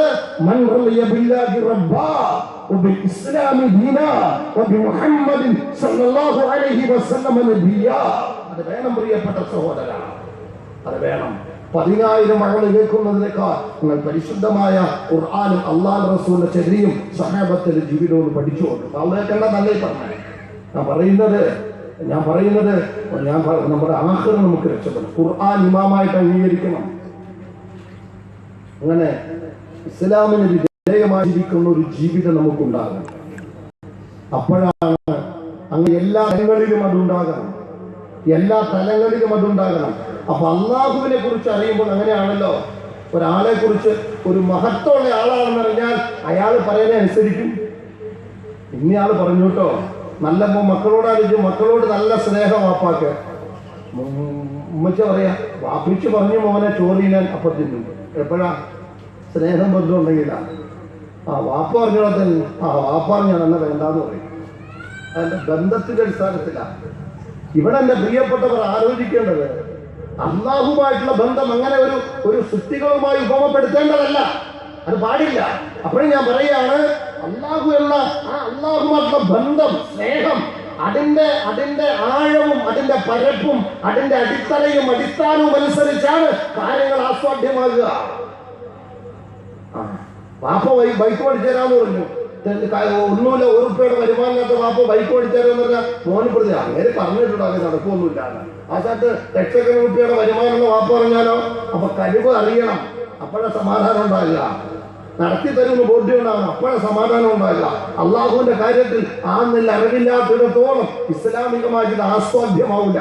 അങ്ങനെ അള്ളാഹുവിനെ അറിഞ്ഞ് ബന്ധപ്പെടുമ്പോൾ ജീവിതത്തിന്റെ സർവ്വ തലങ്ങളും അപ്പോഴറിയേണ്ടത് രാവിലെ എഴുന്നേൽക്കുമ്പോൾ അറിയാതെ വന്നു പോകും. അൽഹംദുലില്ലാഹി അൽദി അഹ്യാനി ബഅദമാ അമാതനി വഇലൈഹി നുശൂർ. അങ്ങനെ നാവിൽ വന്നു പോകും. ഉറങ്ങാൻ കിടക്കുമ്പോൾ ബിസ്മിക റബ്ബി വലഅദു ദംബി വന്നു പോകും. മലമൂത്ര വിസർജന സ്ഥലത്തേക്ക് കയറുമ്പോൾ ഇടതുകാല് വെച്ച് പ്രവേശിക്കും. ഇറങ്ങുമ്പോൾ വലതുകാല് വെക്കും. പള്ളിയിൽ കയറുമ്പോൾ വലതുകാല് വെക്കും. ചെരുപ്പിടുമ്പോൾ വലതുകാൽ ആദ്യമിടും. ഷട്ടിടുമ്പോൾ ആദ്യം വലതു കൈയിടും. ഞാൻ പറഞ്ഞു വരുന്നത്, പല്ലിടേക്കുന്നത് അല്ലാഹുവിന് വേണ്ടിയാണ്, ഉറങ്ങുന്നത് അല്ലാഹുവിന് വേണ്ടിയാണ്, നിസ്കാരം അല്ലാഹുവിന് വേണ്ടിയാണ്, ഭാര്യയ്ക്ക് ഭക്ഷണം കൊടുക്കുന്നത് അല്ലാഹുവിന് വേണ്ടിയാണ്, മക്കൾക്ക് വിദ്യ കൊടുക്കുന്നത് അല്ലാഹുവിന് വേണ്ടിയാണ്, കൃഷി ചെയ്യുന്നത് അല്ലാഹുവിന് വേണ്ടിയാണ്, ഉദ്യോഗം അല്ലാഹുവിന് വേണ്ടിയാണ്, പ്രവാസ ജീവിതം അല്ലാഹുവിന് വേണ്ടിയാണ്, എന്റെ റബ്ബിന്റെ പ്രീതിക്ക് വേണ്ടിയാണ്, ഹലാല് സമ്പാദിക്കാൻ വേണ്ടിയാണ്, വ്യായാമം ആരോഗ്യത്തിന് വേണ്ടിയാണ്, ആരോഗ്യം അല്ലാഹുവിന്റെ നിയമവിധേയമായ ജീവിതത്തിന് വേണ്ടിയാണ്. ഇങ്ങനെ തിരിച്ചറിവിന്റെ ഒരു ക്രമീകരണം ജീവിതത്തിൽ വരുമ്പോൾ ആലോചനാപൂർവമായ വിശ്വാസാധിഷ്ഠിതമായ നിലപാടുകൾ കൊണ്ട് ഇസ്ലാം ഇങ്ങനെ സ്വാധീനിക്കുമ്പോൾ സന്തോഷത്തിന്റെ ജീവിതമാണ്, പ്രസരിപ്പിന്റെ ജീവിതമാണ്, ആസ്വാദനത്തിന്റെ ജീവിതമാണ്, നല്ല സുരക്ഷാബോധത്തിന്റെ ജീവിതമാണ്. എന്റെ മുസൽമാൻ, നമുക്കത് സാധ്യമാകുന്നില്ലെങ്കിൽ അള്ളാഹു നമ്മോടൊപ്പം ഉണ്ടായിട്ട് കണ്ടനാടിയേക്കാൾ സമീപസ്ഥനായ ആ തമ്പുരാൻ സാധ്യപ്പെടുത്തിയിട്ടും എന്തേ നമുക്ക് നിർഭയത്വം കിട്ടാത്തത്? എന്തേ കള്ളുകുടി നിർത്താത്തത്? എന്തേ ചൂടാട്ടം നിർത്താത്തത്? എന്തേ തോന്നിവാസം നിർത്താത്തത്? എന്തേ തരികിട ജീവിതം അവസാനിപ്പിക്കാത്തത്? അള്ളാഹുവിനറിയില്ല സഹോദരാ. അതുകൊണ്ട് അള്ളാഹുവിനറിയാത്തിടത്തോളം ഒരു സമൂഹവും നന്നായിട്ടില്ല, ഒരു സമൂഹം ധാർമ്മികവൽക്കരിക്കപ്പെട്ടിട്ടില്ല, ഒരു സമൂഹവും ഈമാനുള്ളതായി മാറിയിട്ടില്ല. അതുകൊണ്ട് എന്റെ സഹോദരങ്ങളെ ഞാൻ ഓർമ്മപ്പെടുത്തുകയാണ്, ഒരുപാട് ഒരുപാട് വാളുകൾ കേട്ടാലും നിങ്ങൾ അറിയേണ്ടത്, ഞാൻ എന്റെ റബ്ബിനറിയാത്തിടത്തോളം എനിക്ക് അവനെ അനുസരിക്കാൻ സാധ്യമല്ല. ആരാണ് എന്റെ റബ്ബെന്ന ആലോചനയിലൂടെ പരിശുദ്ധമായ ഖുർആനിൽ നിന്നും പഠിക്കുക, ഞാൻ എന്ന ഉൽപ്പന്നത്തിൽ നിന്നും പഠിക്കുക, അങ്ങനെ അവനുമായിട്ടുള്ള ബന്ധം ശക്തിപ്പെടുത്തുക. അപ്പൊ അനുസരണം ഓട്ടോമാറ്റിക്കായി വരും. സ്വാഭാവിക ജീവിതം മതജീവിതമായി മാറും. നിന്നുകൊണ്ട് വെള്ളം കുടിക്കാൻ കഴിയില്ല. ഞാൻ പറയുന്നത് ഓരോ കാര്യത്തിലുമില്ല. എന്റെ റബ്ബിനെ ഞാൻ ബോധ്യപ്പെടുത്തണം. അവൻ ഇഷ്ടമല്ലല്ലോ, എന്റെ റബ്ബിന് ഇഷ്ടമല്ല. എന്റെ അല്ലാഹുവിന് ഇഷ്ടമല്ലല്ലോ. അവന്റെ ഇഷ്ടം പരിഗണിക്കുന്ന തരത്തിലേക്ക് നമ്മുടെ ജീവിതം എത്തിപ്പെടണമെങ്കിൽ ഞാൻ ആവർത്തിക്കുകയാണ്, അവൻ ആരാണെന്ന് പഠിക്കണം സഹോദരാ. അങ്ങനെ ജീവിക്കുമ്പോൾ ഒരാൾ മുസ്ലിമായി എന്നാണ്, ഇസ്ലാമികമായ ജീവിതമായി എന്നാണ്. പേരല്ലടോ പ്രശ്നം, പാരമ്പര്യമല്ലടോ പ്രശ്നം, മഹലിന്റെ രജിസ്റ്ററുണ്ടോ എന്നതല്ലടോ പ്രശ്നം, പള്ളിപ്പറമ്പിൽ മയ്യത്തടയ്ക്കോ എന്നതല്ലടോ പ്രശ്നം. ഇസ്ലാമികമായി ജീവിച്ചോ എന്നതാണ് പ്രശ്നം, അള്ളാഹുവിനനുസരിച്ചോ എന്നതാണ് പ്രശ്നം. ആ ഒരു ജീവിതം അതുകൊണ്ട് നാം പഠിക്കുക, നമ്മുടെ തലമുറയ്ക്ക് പകർന്നു കൊടുക്കുക, നമ്മളെ മതമുക്തരാക്കാൻ എല്ലാവരും ശ്രമിച്ചുകൊണ്ടിരിക്കുകയാണ്. മുസ്ലിം പേരുകാരാക്കി മാറ്റി ഇസ്ലാമില്ലാത്ത കേവലം പേരിന്റെ ഉടമകളാക്കി മാറ്റാൻ പാശ്ചാത്യനും പൗരസ്ഥനും പണിയെടുക്കുകയാണ്. മതമില്ലാത്തവനും മതത്തിന്റെ പേരുകാരും പണിയെടുക്കുകയാണ്. അതുകൊണ്ട് അക്രമതത്തിന്റെ സംസ്കാരം കവർന്നെടുക്കാൻ വരുമ്പോൾ, ഇത് ഞാൻ വെറുതെ പറഞ്ഞതല്ല, പരിശുദ്ധമായ ഖുർആന്റെ സാധ്യപ്പെടുത്തലാണ്.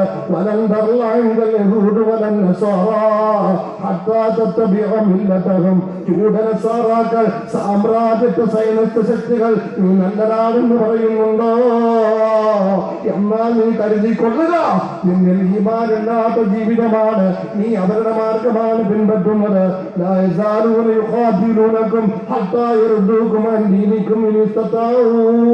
അവര് സാധ്യമാകുന്നിടത്തോളം നിന്നോട് യുദ്ധം ചെയ്തുകൊണ്ടിരിക്കും.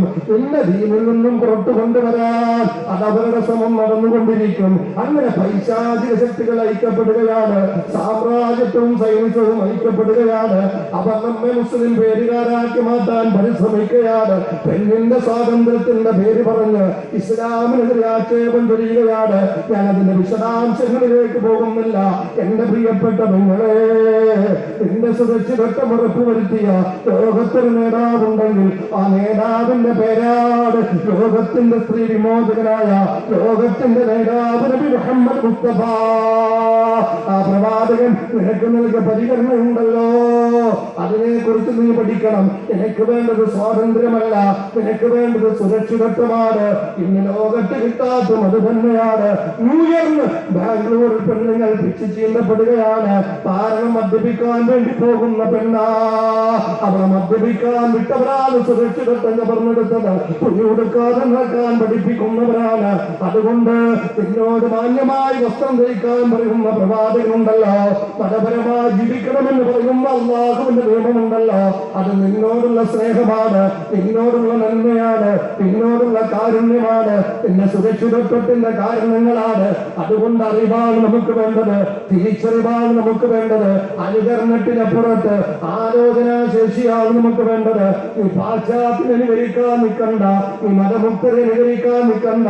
എന്താണോ അല്ലാഹുവിന്റെ മാർഗം, എന്താണോ പ്രവാചകന്റെ മാർഗം, നീ നോക്കണം പെങ്ങളെ. അല്ലാഹുവിന്റെ റസൂലിന്റെ മുഖത്ത് നോക്കിക്കൊണ്ട് സൗജി യാ റസൂലല്ലാഹ്, എന്റെ പ്രിയപ്പെട്ട ഭർത്താവ്, അല്ലാഹുവിന്റെ പ്രവാചകനെ എന്ന് വിളിക്കാൻ ഭാഗ്യം കിട്ടിയ അബൂബക്കർ സിദ്ദീഖിന്റെ പെണ്ണുമോനുണ്ടല്ലോ, ലോകത്തെ ഏറ്റവും വലിയ പണ്ഡിതയായ ആയിഷ സിദ്ദീഖ ഉണ്ടല്ലോ. ആയിഷയുടെ സംസ്കാരത്തിലേക്ക് നോക്കണം. ഫാത്തിമത്തു സഹ്റ ഉണ്ടല്ലോ. എന്റെ കണ്ണിന്റെ കഷ്ടമാണ് ഫാത്തിമ. എങ്കിലും മോളെ, നാളെ നിനക്ക് വേണ്ടി ഒന്നും ചെയ്യാൻ ഉപ്പാക്ക് കഴിയില്ല. നീ ആഖിറത്തിന് വേണ്ടി നീ പരിശ്രമിക്കണമെന്ന് പറഞ്ഞ അങ്ങനെ പരാമർശിക്കപ്പെട്ട പ്രവാചകന്റെ പെണ്ണുമോനുണ്ടല്ലോ. യുഗത്വത്തിലും മതജീവിതം ആസ്വാദ്യമാക്കി മാറ്റിയ ലോക സൗന്ദര്യ വനിതകളുടെ മുന്നിൽ നിൽക്കാൻ പറ്റുന്ന ഏറ്റവും വലിയ സുന്ദരിയായ പ്രവാചകന്റെ പെണ്ണുമോളായ നാളെ സ്വർഗ വനിതകളുടെ നായികയാണെന്ന് പ്രവാചകൻ പ്രഖ്യാപിച്ച ആ തിന്മയുണ്ട്. കഴിഞ്ഞകാല മതസംസ്കാരം ഉപേക്ഷിക്കുകയാണ്, തിന്മയുടെ കേന്ദ്രമായി മാറുകയാണ്, കാണുന്നതിന് പിന്നാലെ പോവുകയാണ്, വസ്ത്രധാരണം നീ ഓർക്കണം, നിനക്ക് വേണ്ടി ശ്രദ്ധിച്ച നേതാവ് നബി മുഹമ്മദ് മുസ്തഫ പ്രവാചകന്റെ പത്നിമാരിലേക്ക് നോക്കണം. ഒരു കാര്യം കൂടി ഓർമ്മണം, നിന്റെ മനസ്സുണ്ടല്ലോ, ആ മനസ്സിൽ നിരീക്ഷിക്കുന്ന തമ്പുരാനെ നാളെ കണ്ടെത്തേണ്ടവരാണ്. വസ്ത്രധാരണ ഗൗരവമുള്ളവരാണ്.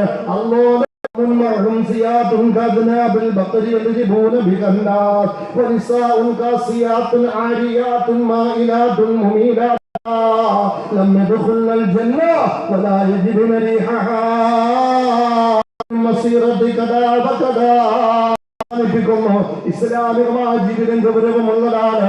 മഹാനായ ഇബ്രാഹിം നബി അലൈഹിസ്സലാത്തു വസ്സലാമും തന്റെ പ്രിയപ്പെട്ട മകൻ ഇസ്മാഈലും കഅബയുടെ നിർമ്മാണം അല്ലാഹുവിന് ഏറ്റവും ഇഷ്ടപ്പെട്ട ഒരു കരാറിന്റെ പാലനമാണ്, കഅബയുടെ നിർമ്മാണമാണ്. അങ്ങനെ ഇബ്രാഹിം വൽഖവാഇദ മിനൽ ബൈതി വഇസ്മാഈൽ റബ്ബനാ ഇന്നക അൻതസ് സമീഉൽ അലീം. ഞങ്ങൾ ചെയ്യുകയാണ്, ഇത് നിനക്ക് ഏറ്റവും ഇഷ്ടപ്പെട്ട ഒരു നിർമ്മാണമാണ്. അതുകൊണ്ട് ഈ സന്ദർഭത്തിൽ ഞങ്ങൾക്ക് ഇഷ്ടപ്പെട്ട ഒന്ന് നിന്നോട് ചോദിക്കുന്നു, നാദാ മകനെയും നിന്നെ അനുസരിക്കുന്നവരാക്കണേ നാദാ, ജീവിക്കുന്നവരാക്കണേ നാദാ. ഇബ്രാഹിം ബനീഹി വയഖൂബ് മക്കളോട് വസിയത്ത് ചെയ്യുകയാണ്. അത് ദീനുൽ ഇസ്ലാമാണ് കേട്ടോ, അത് പാശ്ചാത്യന്റെ സംസ്കാരമല്ല എന്ന് പറയുന്നവന്റെ അത് ദീനുൽ ഇസ്ലാമാണ്. അതുകൊണ്ട് അനുസരിച്ചല്ലാതെ ജീവിച്ചു മരിക്കാൻ പാടില്ല എന്ന ആ പ്രവാചകൻ പോലെ മഹാനായ യൂസുഫ് നബി അലൈഹിസ്സലാത്തു വസ്സലാം. എന്താ യൂസുഫ് നബി പറഞ്ഞത്? ഇതുകൊണ്ട് പറഞ്ഞ് അവസാനിപ്പിക്കുക. യൂസുഫ് നബി അള്ളാഹുവിനോട് പ്രാർത്ഥിച്ചു,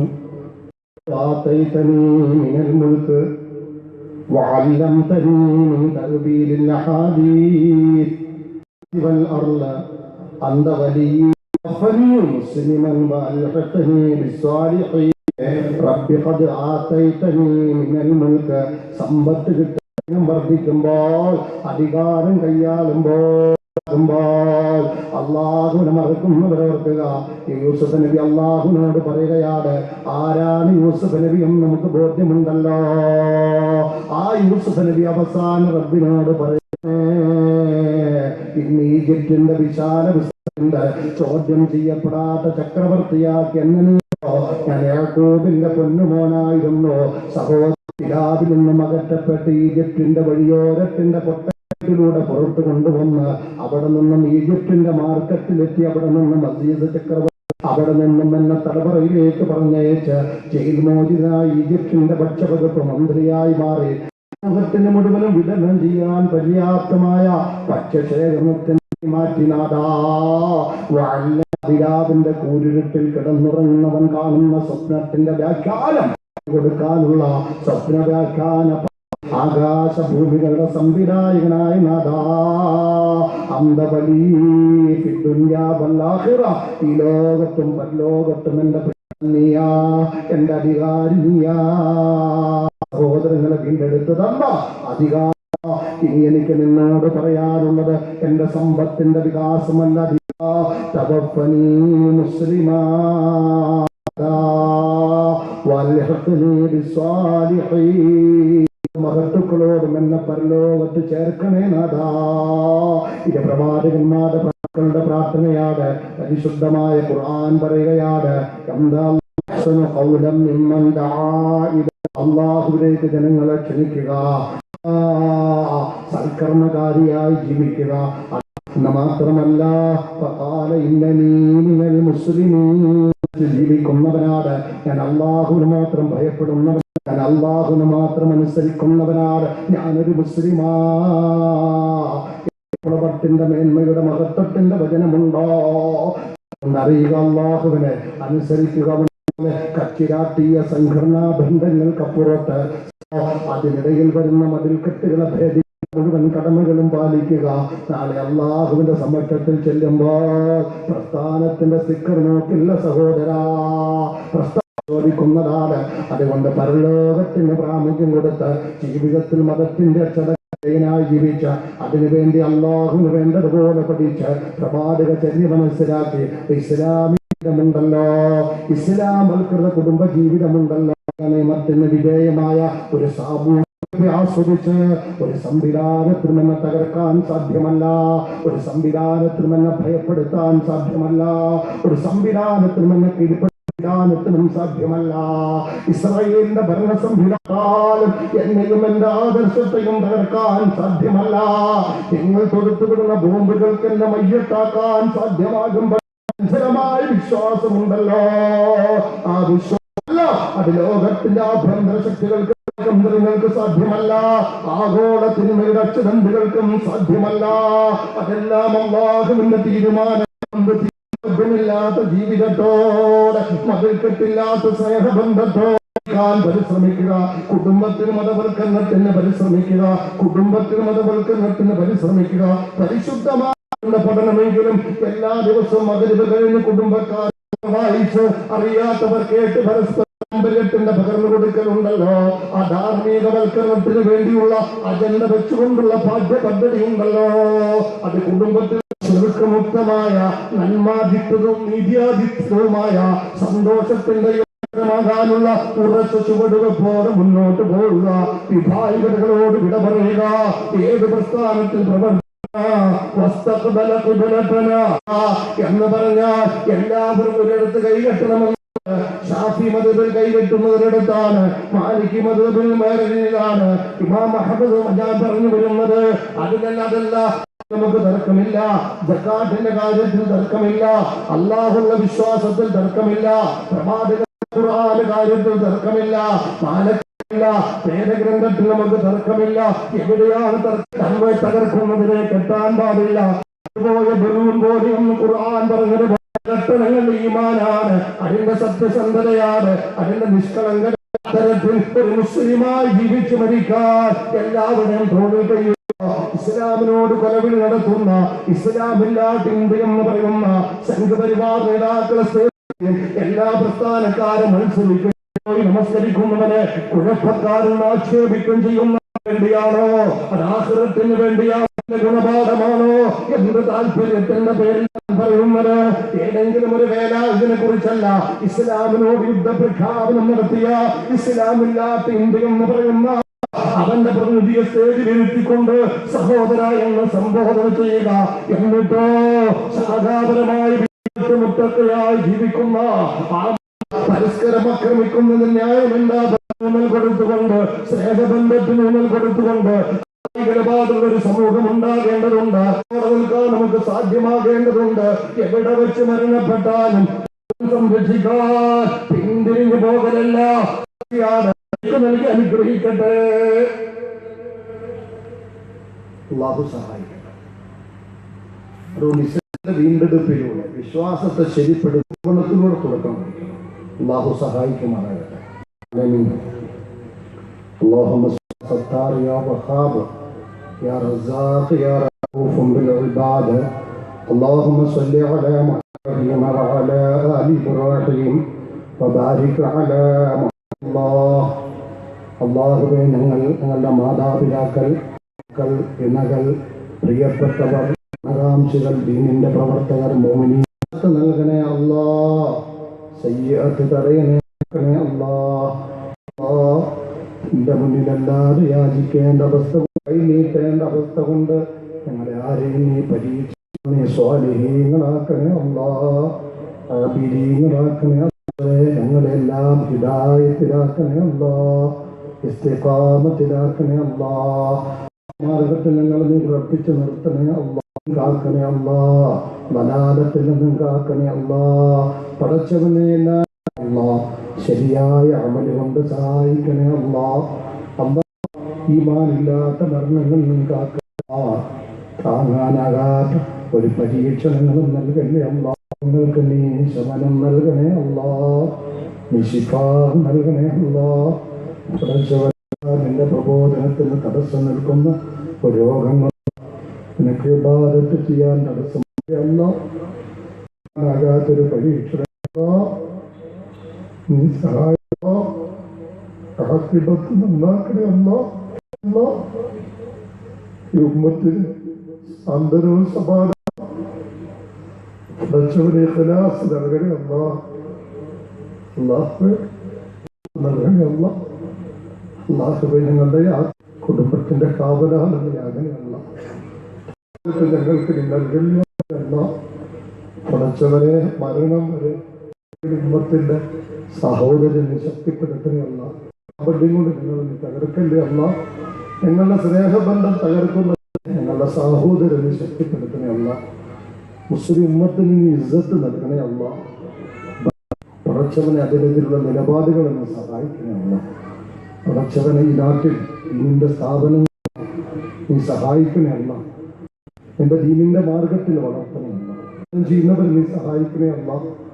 മനുഷ്യരാണ് നിങ്ങൾക്ക് എല്ലാ കുറവുകളും. പടച്ചവനെ നീ ഗഫൂറും ഗഫാറാണല്ലോ തമ്പുരാനെ. എല്ലാ വിഭാഗികരെയും കാക്കണേ അല്ലാ. ഞങ്ങളുടെ യുവാക്കൾക്ക് ദീനിയായി ചിന്തയും ആവേശവും നൽകണേ അല്ലാ. നൽകണേ അല്ല. പടച്ചവനെ ഇതിന്റെ മാതൃകകളാക്കണേ അല്ല. നന്മയുടെ സഹായികളെ സഹായിക്കണേ അല്ല. നീ തകർക്കണേ അല്ല. നൽകണേ അല്ല. മർഹമത്ത് നൽകണേ അല്ല. വിശാലമാക്കണേ അല്ല. നാളെ നിങ്ങളും നിന്റെ കരുണയിൽ പേടിക്കണ്ടാന്ന് പറയുന്ന അവസ്ഥ നീ നൽകണേ അല്ല. മഹാനായ മുത്തുമാലിവ സദമാക്കങ്ങളുടെ